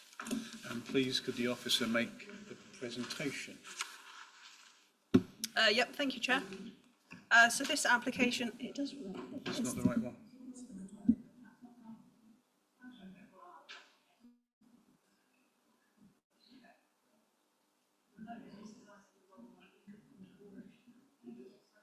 Sorry, everybody.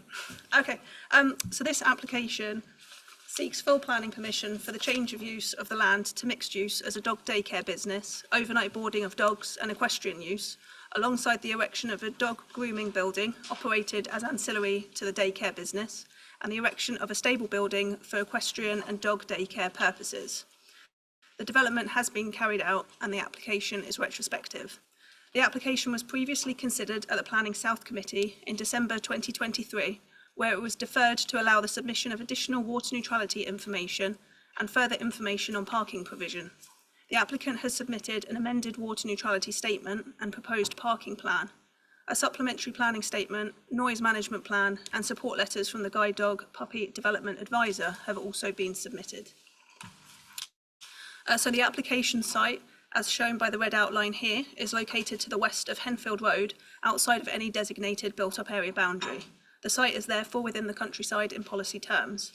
Several properties are located to the north and east of the application site, with the wider surroundings comprising open fields and woodland. The aerial photo shows the site in the context of the immediate surroundings, including the residential properties to the north and east of the application site.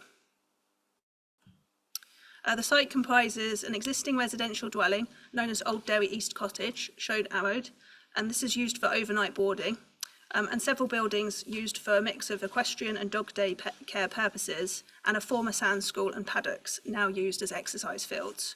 And an unauthorised residential dwelling known as Lavender Cottage, as arrowed, is located to the north of the site, and this is subject to planning application reference DC 23-1595, which follows this application.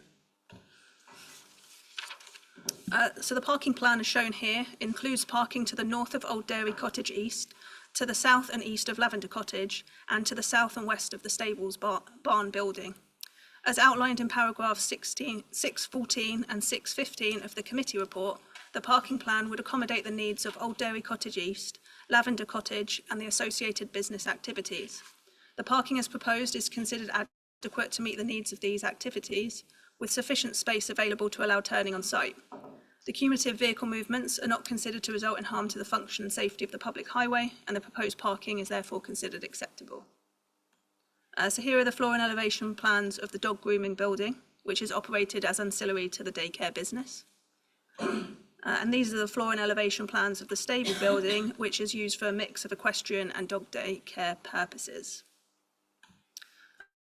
So these are the site photos showing the access from Henfield Road in the top left-hand corner, as well as the relationship with the neighbouring properties, the exercise fields, and the collection of buildings. So the application seeks to regularise the activities taking place on the land, which includes dog daycare and boarding services, along with dog grooming services, as well as equestrian. Following deferral at the Planning South Committee in December 2023, further information with respect to parking provision and water neutrality have been submitted. While the parking provision is acceptable and has now been demonstrated, as outlined in paragraphs 6.4 to 6.11 of the committee report, concerns are raised with the evidence provided to demonstrate the existing and proposed baseline for water neutrality purposes. When considered in totality, it cannot be concluded that the measures proposed in terms of mitigation would be sufficient, or that water neutrality has been demonstrated. And for this reason, the application is recommended for refusal in line with, for the reasons outlined in section 7 of the committee report. Thank you. Thank you. I'd like to invite the first public speaker on this, and that is Sean Butler, please. And you have 2 minutes. Thank you. Thank you. Ladies and gentlemen of the Planning Committee, to save time, I'm reading this statement once, although it relates Right, to could both... you just speak a little closer to the microphone? Thank you. Okay. To save time, I'm making this statement once, although it relates to both the applications at this address. I hope that's appreciated. The statement has been jointly prepared by myself and a fellow immediate neighbour who we both live adjacent to the site, who unfortunately can't be here today, so I'm speaking with his full knowledge and consent on this. So as you know, these applications were submitted due to enforcement notices being served because of non-compliance with planning law and various breaches of conditions. New buildings have been knowingly constructed in a rural field without any planning consent. This field is also being used for business purposes, again without any planning consent. As well as these breaches, an application was originally made to demolish some stables and build a new holiday let and barn for equine use. This was withdrawn before being considered, and a new application made to convert the existing stables into a holiday let, for which permission was granted with various conditions attached. These conditions were subsequently ignored. The stables were demolished and a new building was constructed anyway, which was immediately occupied by the applicant on a permanent basis without any attempt to use as a holiday let. This blatant disregard of planning system undermines the basic integrity of our planning process to protect local residents and environmental sustainability, and it would set a precedent to encourage yet further non-compliance. Unfortunately, this is not an isolated incident. Rather, it reflects a pattern of behaviour where planning laws have been consistently disregarded in the past, and given the history of non-compliance, it's unlikely that imposing conditions would ensure adherence from these applicants. It is because the Council's planning compliance team discovered this blatant disregard of planning law that the applicants have been compelled to subsequently, or retrospectively rather, seek to regularise these significant breaches. Your planning officer has stated these applications still do not align with planning law and has concluded yet again that both applications should be refused. We have been experiencing noise disturbance from the dogs consistently and continually since the operations unlawfully extended and expanded into the fields and outbuildings, with all requests to reduce the noise completely ignored. This has greatly impacted upon our ability to enjoy our own homes and gardens. This disturbance was extended for a further 14 months due to the unusually large amount of time that was afforded to defer the applications. For all these reasons, we urge you to concur with the Planning Officer's recommendation to refuse planning accordingly. Thank you. Thank you. Just one point to come back on. The reference was made to enforcement notices being served on the site. That's not correct. So it was subject of a compliance investigation, at which point it was the planning breaches were identified and this application was requested and submitted. So there are no active enforcement notices on the site. Thank you. Now I'd like to invite Usan Denza, please, and you have 2 minutes.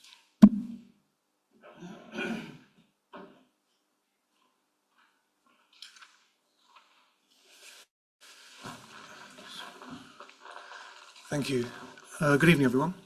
On behalf of the applicant, I'd like to begin by expressing sincere gratitude to members and officers for the opportunity to provide additional information. The applicant has sought to address the reasons for refusal previously presented as thoroughly as possible, which accounts for the time taken to compile and submit the necessary information. At the December 2023 meeting, it was noted that the initial submission lacked critical information due to inadequate representation. Given this situation, the deferment was treated as an opportunity to essentially restart the process. Additional plans and information has been provided to address the parking concerns, and a specialist consultancy was appointed to prepare a detailed water neutrality statement. The last remaining issue concerns water neutrality. The submitted statement confirms that the development is water neutral, However, we acknowledge the points outlined in paragraph 6.4 to 6.12 of the new committee report. It is highlighted that the new water neutrality statement was submitted to the council only 4 weeks ago. However, officers have not raised any concerns with us regarding the statement. Given the technical nature of demonstrating water neutrality, the applicant would welcome the opportunity to address the issues raised by referring back to the water consultants.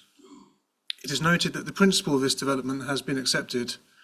While every application must be considered on its own merits, we note that within the last month, an officer from HDC allowed an updated water neutrality statement to be submitted for another application where they had already confirmed support for the application in principle.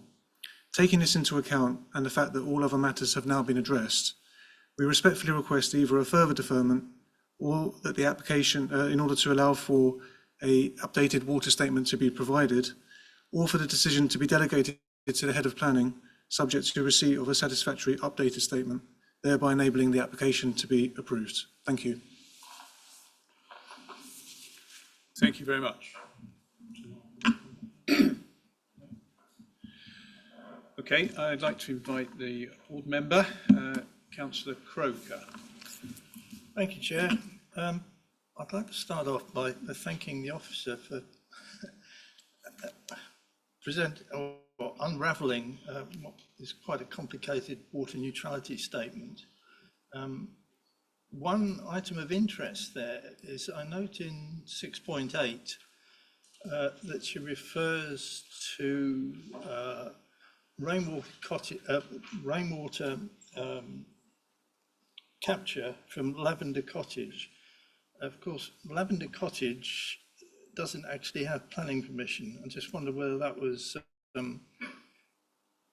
part of the reason why the water neutrality has not been demonstrated sufficiently well. Thank you. I think as identified within the relevant paragraphs of the water neutrality statement, there's just a lot of inconsistencies and ambiguities with the figures. One of the reasons being that it was unsure whether there was double counting taking place in terms of the rainwater harvesting collection. They are reliant on that dwelling to harvest some of the water, and obviously that is an unlawful dwelling subject of a separate planning permission, but that wasn't the main issue in terms of that calculation. It was more just the figures didn't match up or tie together. Thank you. Any other member wishing to speak on this application? Councillor Serkis. I wonder whether, if we are minded to agree with the officer recommendation and refuse this application, I wonder whether we could, since we've been talking about informatives, we could have an informative to the effect that we think that swift enforcement action should take place at the earliest opportunity. Obviously, there are rights of appeal to the inspector and so forth, and nothing can be done before that's taken its course. But what we know from our public speakers is that this is causing disturbance to neighbours, and that they'll obviously want that brought to an end as soon as possible. And I think the trouble is we've all had the experience that where there's a development of any sort that isn't properly legitimised by planning consent, and it continues, it does bring the planning system into disrepute. We all understand the delays involved, but there's nothing worse for a local community than to constantly see a development continuing which has no legitimacy because a retrospective planning application has been turned down. So I wonder whether we could have an informative that obviously within the confines of appeal timelines on appeals and so forth, we would expect swift action in terms of enforcement. Thank you. If I can just respond on that, the purpose of an informative is to advise an applicant of actions they should consider as part of a planning permission or resubmission. In this case, your request is for the council to take swift enforcement action. I'd advise that it's not appropriate to use an informative for that. However, as officers, we will take that advice away and speak with our compliance team to act proportionately and reasonably on this matter. Thank you. And can you minute that, please? Thank you. Mr. Clark. Yes, I found the water neutrality statement somewhat indigestible, I must confess. I didn't find it, but I do have one comment for officers, in particular paragraph 6.1, where you say you consulted the electoral roll, but I would point out that just because that not everybody's on the electoral roll for a start, and two, children and people under 18 aren't, under 16 or 17 aren't on the electoral roll. So just a word of caution when you're doing your calculations, that don't only rely on the electoral roll is where I would go, but I couldn't get my head around it. Councillor Fletcher, yes. Sorry, I wondered whether the officers could just comment on the statement of support that was made, that was talking about a new water neutrality statement, and just to confirm whether there was something further that we haven't seen or been summarised in the report. I think the speaker was referring to having opportunity to submit another updated statement. So there was an updated statement that came in and was consulted on to neighbours, interested parties and Natural England, which forms the basis of the committee report. But my understanding was that it was in reference to a subsequent deferral and the opportunity to resubmit another statement. And did you have any comments about that as a request? Members have advised that the application has been deferred once already to seek resolution on water neutrality matters. Obviously, it's your discretion if you wish to defer again, but the advice of officers is that what has been put in is unacceptable in demonstrating water neutrality, and advice is that we are required to determine planning applications and that you should determine what's in front of you today. Thank you. Any other members wish to make a comment? Councillor Marks.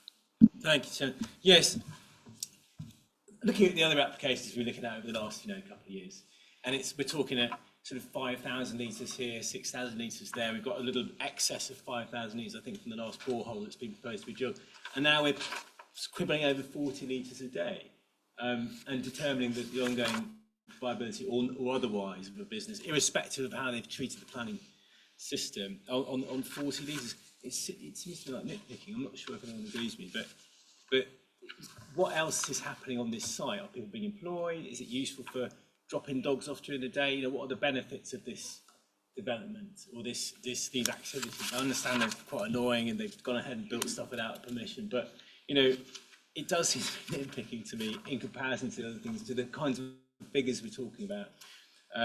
So I don't know, just an element of proportionality, perhaps. I don't think that's anything about that. Thank you. Okay. I understand your point, Councillor, but water neutrality, as you know, is a high bar, and we have seen appeal decisions where very small quantums of water have not been offset, and inspectors have said it's not sufficient to satisfy the habitat regulations. We're in a context where we have Natural England objecting, and the case law sets out that where the nature conservation body objects, we need cogent reasons to depart from that advice. I would suggest the cogent reasons that it's only a small amount of water or potentially small amount of harm aren't necessarily suitable to go down. So I'd recommend that we carry on with the recommendation in front of you. Thank you. Okay. Any other comments? No? Councillor Croker, any final comment? No, thank you, Chair. Oh, sorry. I don't know who's. Thank Councillor you. Dennis, apologies. Yes. No problem.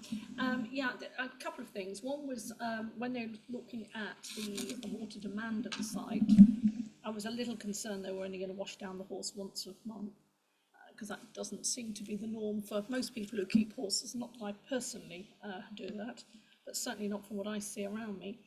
And then lastly, then the other one was actually about the fact that even though from a highways perspective, they said there was satisfied of sufficient parking provision. An on-site turning appears achievable within the site, allowing cars to exit in a forward gear. I'd be extremely concerned if they had to reverse out onto that, because I know for a fact there aren't many accidents, reported accidents there, but it is quite a high, what I call braking environment there. We've had to reduce the speed limit around there. It's right on my boundary for my division. So I know it extremely well, and that really would concern me, that anybody was thinking of actually reversing out of that entrance.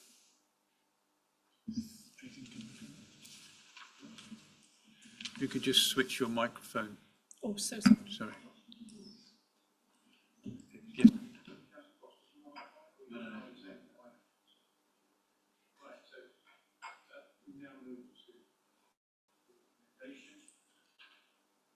Recommendation is to refuse the planning permission. Therefore, all those in support of the recommendation to refuse the application.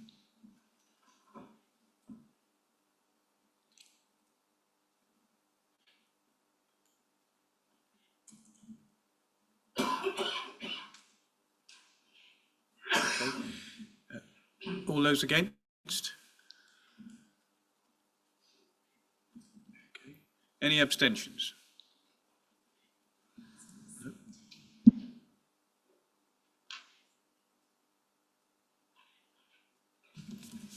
So it's 4, 16 against, 1 and 0 abstentions. The application has been refused. Thank you. Therefore, the application has been refused. Moving on to item number, number 9, sorry, DC 23-1595, Lavender Cottage, Blackstone Gate Farm, Henfield Road, Aldbourne, Hassocks. If the officer could present, please. Thank you, Chair. So this application seeks full planning permission for the erection of a 3-bed residential dwelling. The dwelling has been constructed and is currently occupied, and the application is therefore retrospective. The application was considered at the Planning South Committee in December 2023, where it was deferred to allow the submission of additional water neutrality information, further information on noise impact, and additional information on the needs of the business. The water neutrality strategy is outlined in paragraphs 6.4 to 6.11 of the committee report.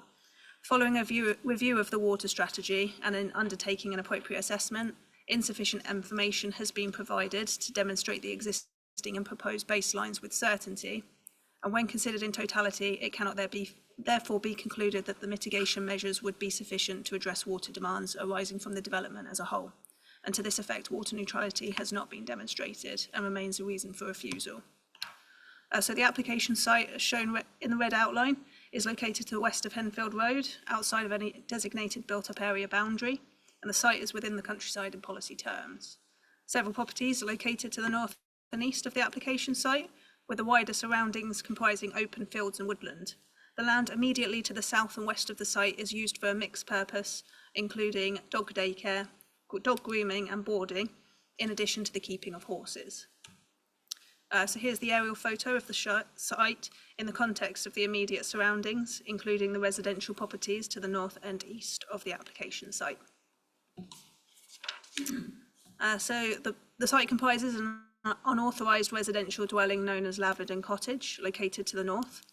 A number of other buildings located within proximity to this dwelling are used for a mix of equestrian, dog daycare and dog grooming purposes, and the site is bound by trees and hedging to the north, with the eastern boundary defined by close bordered fencing. Concerns were previously raised regarding the proximity of the dwelling to the land associated with the dog daycare and grooming operation. It was considered that the physical relationship had the potential to result in noise and disturbance to future occupiers of the subject dwelling. No detailed noise assessment had been submitted and no mitigation measures proposed where necessary. As outlined in paragraph 6.18 of the committee report, a noise management plan has been submitted, and this refers to the operational measures in place for the dog daycare and dog boarding activities.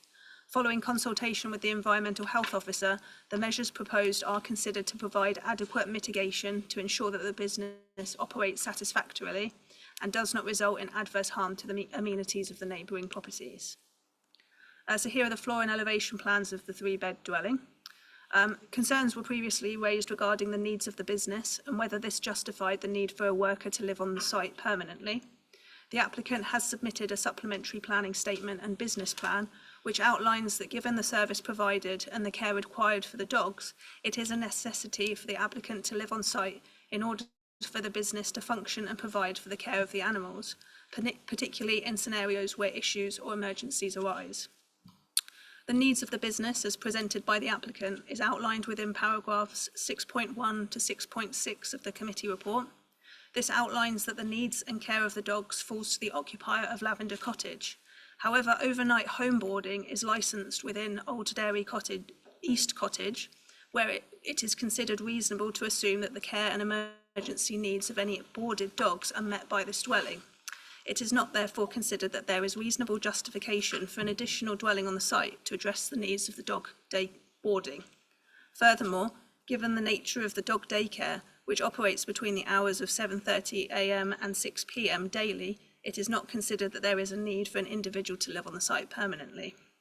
For this reason, there's no overriding reasons that demonstrate an essential need for an additional dwelling, and this remains a reason for refusal.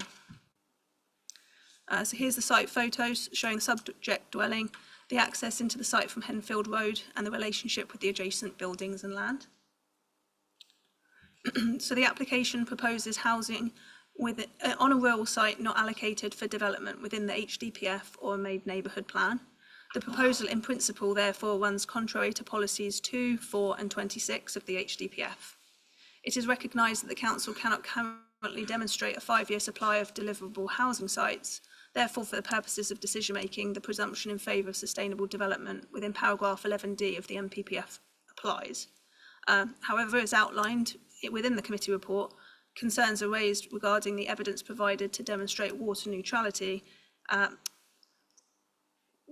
this remains a reason for refusal, as it has not been demonstrated that the development would not result in possible adverse effect upon the integrity of the protected sites. Paragraph 11D is therefore not engaged in this instance. While the current housing shortfall is a material consideration of significant weight, it has not been demonstrated that the development would not result in possible adverse effects on the designated sites, and the application is therefore recommended for refusal for the reasons as outlined in section 7 of the committee report. Thank you. Thank you very much. Right, the first speaker, Sean Butler, but I think you made the comment that you'd already made your points. Okay, thank you. Uzan Denza, please.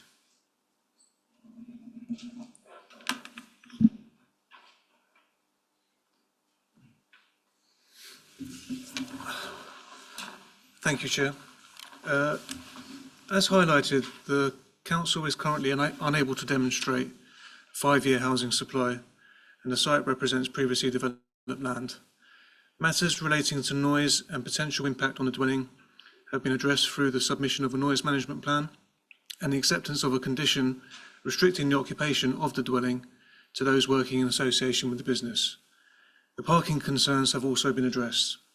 One element to note within the new committee report at paragraph 6.7 is the reference to the business hours, which are 7:30 to 6 p.m, and the assertion that there's no need for the dwelling on this basis. However, this primarily relates to the hours when customers can be on site, and the committee report does not reference the overnight boarding. The applicant is required to live on site to care for the dogs and address any issues that may arise during the night. The use, including the overnight boarding, has been accepted in principle under the other linked application, which obviously has been refused now. Notwithstanding that, the occupants of East Cottage, which has been referenced, are not involved in the business in this capacity in terms of looking after the dogs overnight, and this further emphasises the need for the dwelling. Additional information has also been provided highlighting the limited availability of housing in the area in terms of both affordability and distance to the business.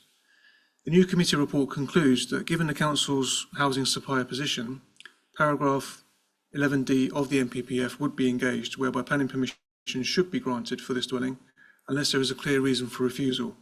While the applicant is of the view that the development is water neutral, Officers have again raised concerns with the submitted water neutrality statement, which are acknowledged. However, no opportunity has been given to address these concerns. Given that an acceptable water neutrality strategy would result in the principle of the dwelling being acceptable, we would again urge members to allow an opportunity for this final technical matter to be addressed, as water neutrality is the final matter in this instance. We would therefore request either a further deferment or that a decision be delegated to the head of planning, subject to receipt of an acceptable water neutrality statement. Thank you. Thank you very much. Yeah, just to advise, so if I just go back a few slides, probably back to this one. So the application site includes Old Dairy Cottage East, which is shown just up here. Now that is subject of a licence for the overnight boarding of dogs. That licence relates to home boarding, which means that that property is licensed for the keeping of up to 12 dogs. So it's the view of officers that the needs of dog boarding overnight are met by that property. And while it is acknowledged within paragraphs 6.5 and 6.7 of the committee report that the applicant states they're responsible for the dogs, ultimately the licence is held by an existing and established property on the site, and there is no other reason to justify an additional dwelling on the site. Thanks. Thank you. Local ward member, Councillor Croker. Thank you, Chair. I could probably do with some clarification for the reasons for refusal. I think the water neutrality I get, but am I correct that that's not the sole reason for recommending refusal? So it's the dwelling in the countryside, if I can put it that way. Right, okay.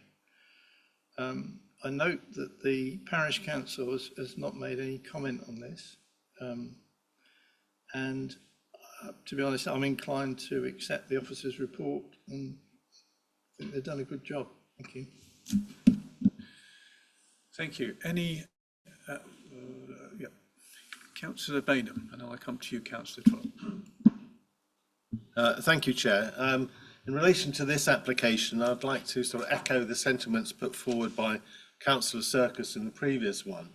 I personally don't take very kindly to people, individuals who act in flagrant disregard of the planning system. But without prejudging the decision of this committee, should it be that we go for a refusal, I would like to offer the same recommendation to the officers in terms of enforcement action, subject to any appeal process, if that's the way things go. Thank you. Thank you. And I did ask that to be minuted so that the officers can pursue. But it's another application, so. Yeah. Previous one, sorry. Yeah. Okay, Councillor Trott. Thank you, Chair. I'm not particularly minded to support this application, but I just want to be 100% certain of one thing. My understanding is that the previous application has refused the running of a dog business, a dog care business. So if we subtract all the dogs from the equation and look at the water neutrality impact for this dwelling, would it pass minus the dogs?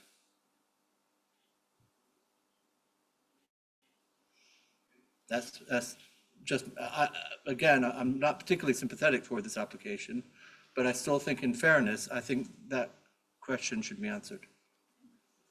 I think it's important to highlight that any amendment to the water neutrality statement and the strategy itself would need to be subject to an updated appropriate assessment that goes through to Natural England. So it's difficult to comment on what may or may not be acceptable, given that the concerns within the report highlight that the statement includes a lot of ambiguities and difficulties in terms of assessing what the baselines are.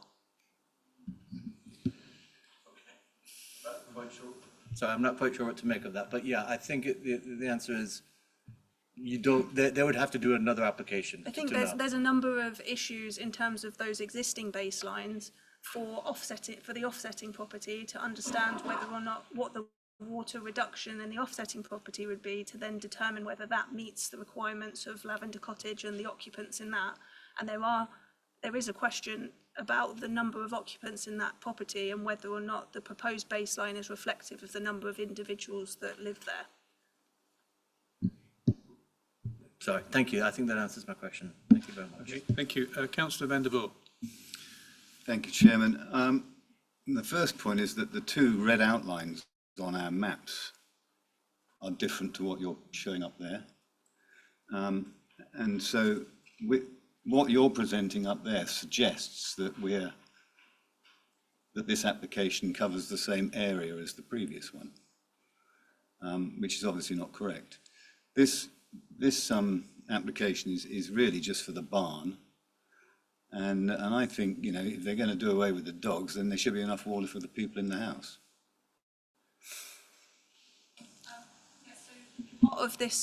Part of the additional information that was submitted updated the red outline for this particular application to include the existing dwelling of Old Dairy East in order to accommodate the water strategy. So apologies, it hasn't been redigitized on our mapping system, which is why your map doesn't reflect the one shown in the presentation.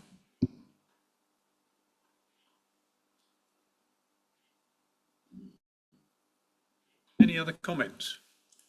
Councillor Dennis, yes. I don't think it's necessarily pertinent to the application, except for the fact that Woodmancote Parish Council have no response received.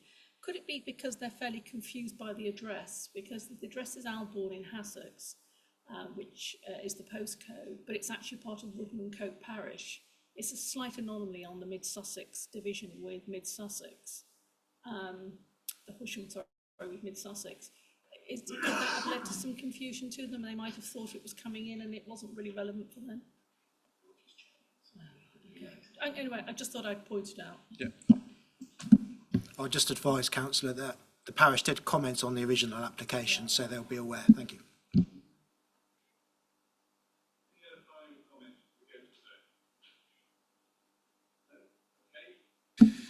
Therefore, the recommendation is to refuse planning permission. All those in support of the refusal?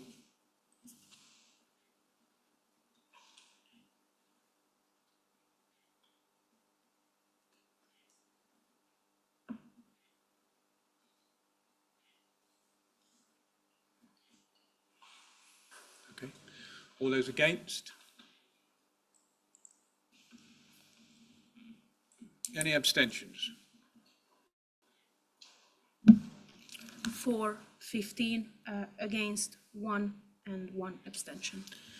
Therefore, the application has been refused. Thank you. You'll be pleased to hear that we are on agenda item number 10, which is DC 202567 Billhook Farm, West Chiltington Lane, Coneyhurst, Billingshurst. Could the officer please make their presentation? Thank you, Chair.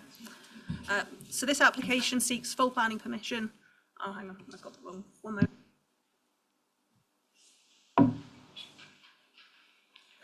Seeks full planning permission for the demolition of the existing agricultural barns on the site and their replacement with a pair of semi-detached 3-bed dwellings and a single detached 5-bed dwelling. A new access is proposed to the northwest of the site, with the access drive extending along the northern boundary. As previously updated by email, paragraph 6.11 of the committee report refers to the incorrect Class Q prior approval, which is relied upon for the fallback position. The correct extent prior approval application is reference DC 220801, which was approved on the 11th of July 2022. The associated HOA application to secure the water neutrality strategy was approved under reference HOA 220022 on the 30th of August 2022, and the approval of details reserved by condition application in reference to the pre-commencement conditions was approved on the 7th of November 2024. So prior approval application reference DC 220801 represents the realistic fallback relied upon and referred to in paragraphs 6.13 and 6.14 of the committee report. So the application site, as shown by the red outline, is located to the east of West Chiltington Lane, outside of any designated built-up area boundary. The site is therefore within the countryside in policy terms. The application site comprises part of a larger agricultural field with a mature tree line to the south and west. The wider surroundings are characterised by enclosed agricultural fields, woodland, and a mix of commercial, agricultural, and residential properties. As shown by the existing block plan here, the site comprises 3 agricultural barns located along the southern boundary of the site, and these are subject to demolition as part of the proposal. So the proposal would replace those existing buildings with a pair of semi-detached 2-storey dwellings shown here, and an L-shaped detached dwelling shown here. Each dwelling would benefit from private amenity space with parking and turning space provided for each. So here are the proposed floor plans and elevation plans for the pair of semi-detached dwellings. And here are the proposed floor and elevation plans of the detached dwelling. So these are the site photos showing the building subject for demolition and the wider site. The proposed dwellings would be located further within the field, albeit that the wider field would remain undeveloped and in use for agricultural purposes. So the application seeks full planning permission for the demolition of the existing buildings and replacement with 3 dwellings.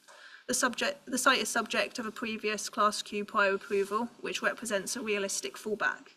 This fallback position is a material consideration of weight, with the proposed scheme considered to improve the quality and provision of accommodation within the site. On the basis of the fallback, it is considered that the principle of the development is acceptable. The proposal would rationalise the site and improve the quality of the overall development, with the proposal considered to appropriately reflect the character and visual amenity of the rural locality. Furthermore, the proposal would not result in harm to the amenities of neighbouring properties or the safety and function of the public highway network. It has been demonstrated that the development would be water neutral, subject to securing the mitigation strategy, where it's been determined that there are no likely effects on the protected protected sites. For these reasons, the development is recommended for approval, subject to the conditions as outlined in section 7 of the committee report. Thank you. Thank you very much. Excuse me. There are no public speakers on this particular application. Therefore, I invite Councillor Mark Bainham, the ward member, to speak first. Thank you very much, Chair. I think the key to this application is the fact that there is a fallback position already, and that's for the conversion of 2 barns, of the conversion of the barns that would otherwise be demolished under this one.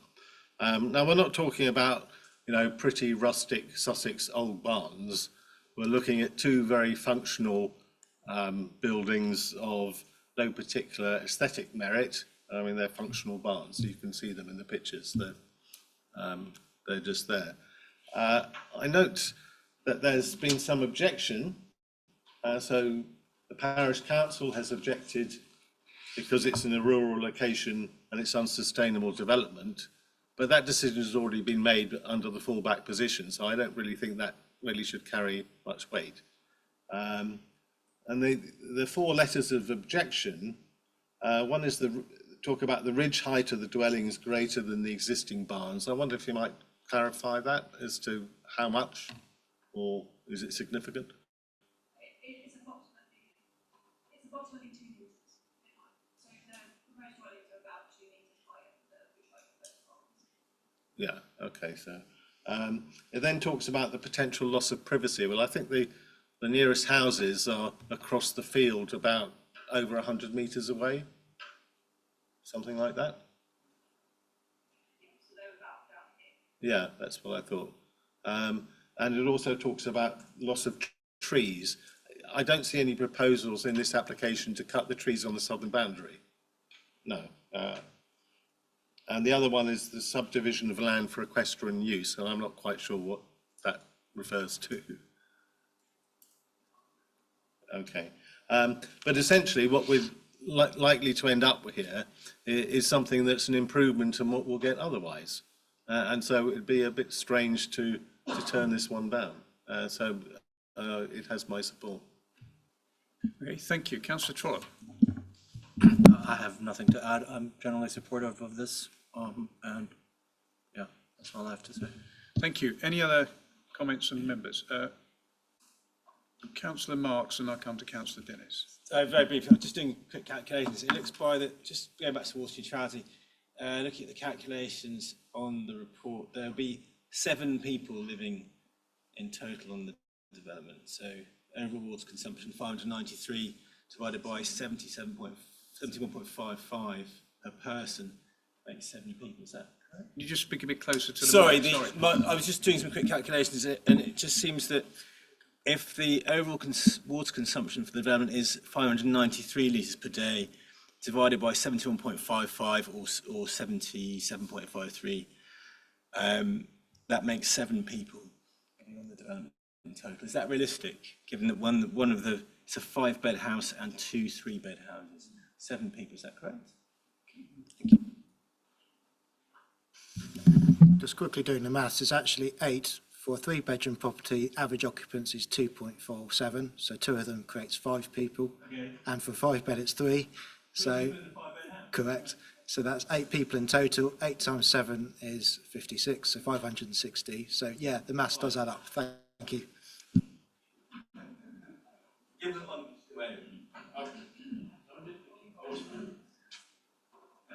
Sorry, yes, I think Councillor Dennis, sorry.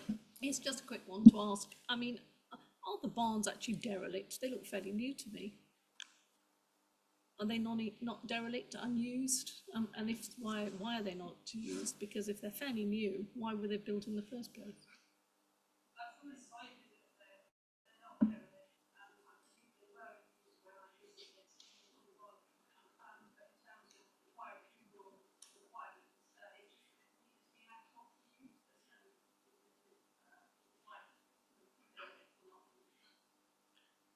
So will we be expecting another planning application for somebody to build agricultural barns because they've just used them to change them into a property? I suppose that's always been the concern, hasn't it?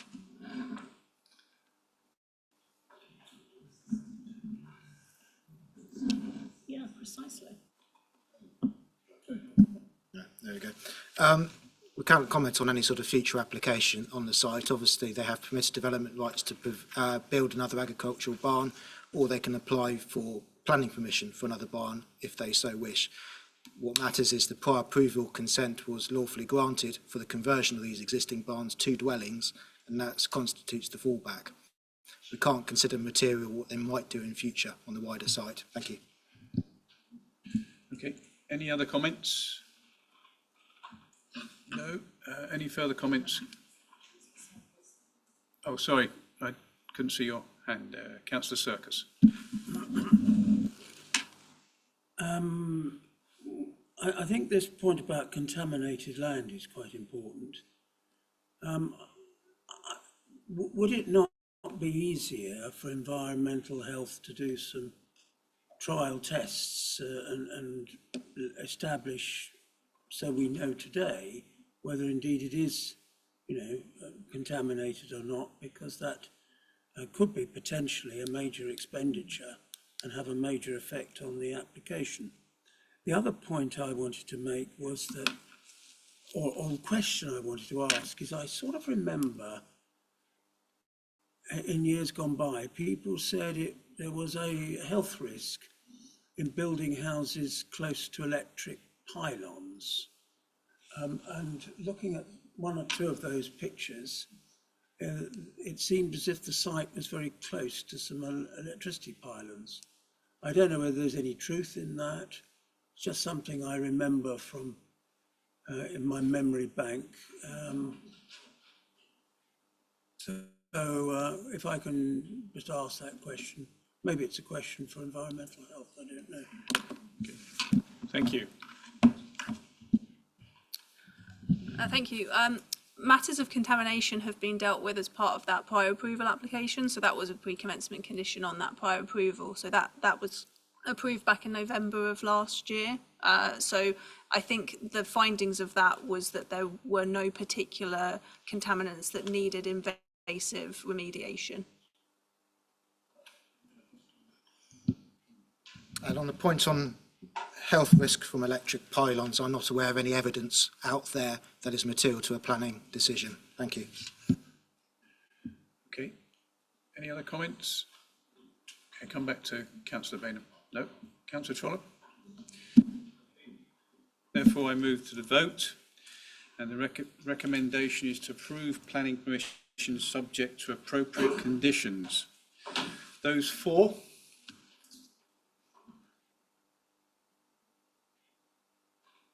That's unanimous. Anyone against? Any abstentions? No. It's unanimous. It's unanimous. Okay. Therefore, the planning application has been approved. You'll be pleased to know there's no urgent business from me, but I would like to thank the officers for their presentations, comprehensive committee report and contributions this evening. I would also like to thank the members for their engagement, contributions and reasoned debate throughout the evening, and wish you all a safe journey home. And at 20:43, I bring the meeting to a close. Thank you very much.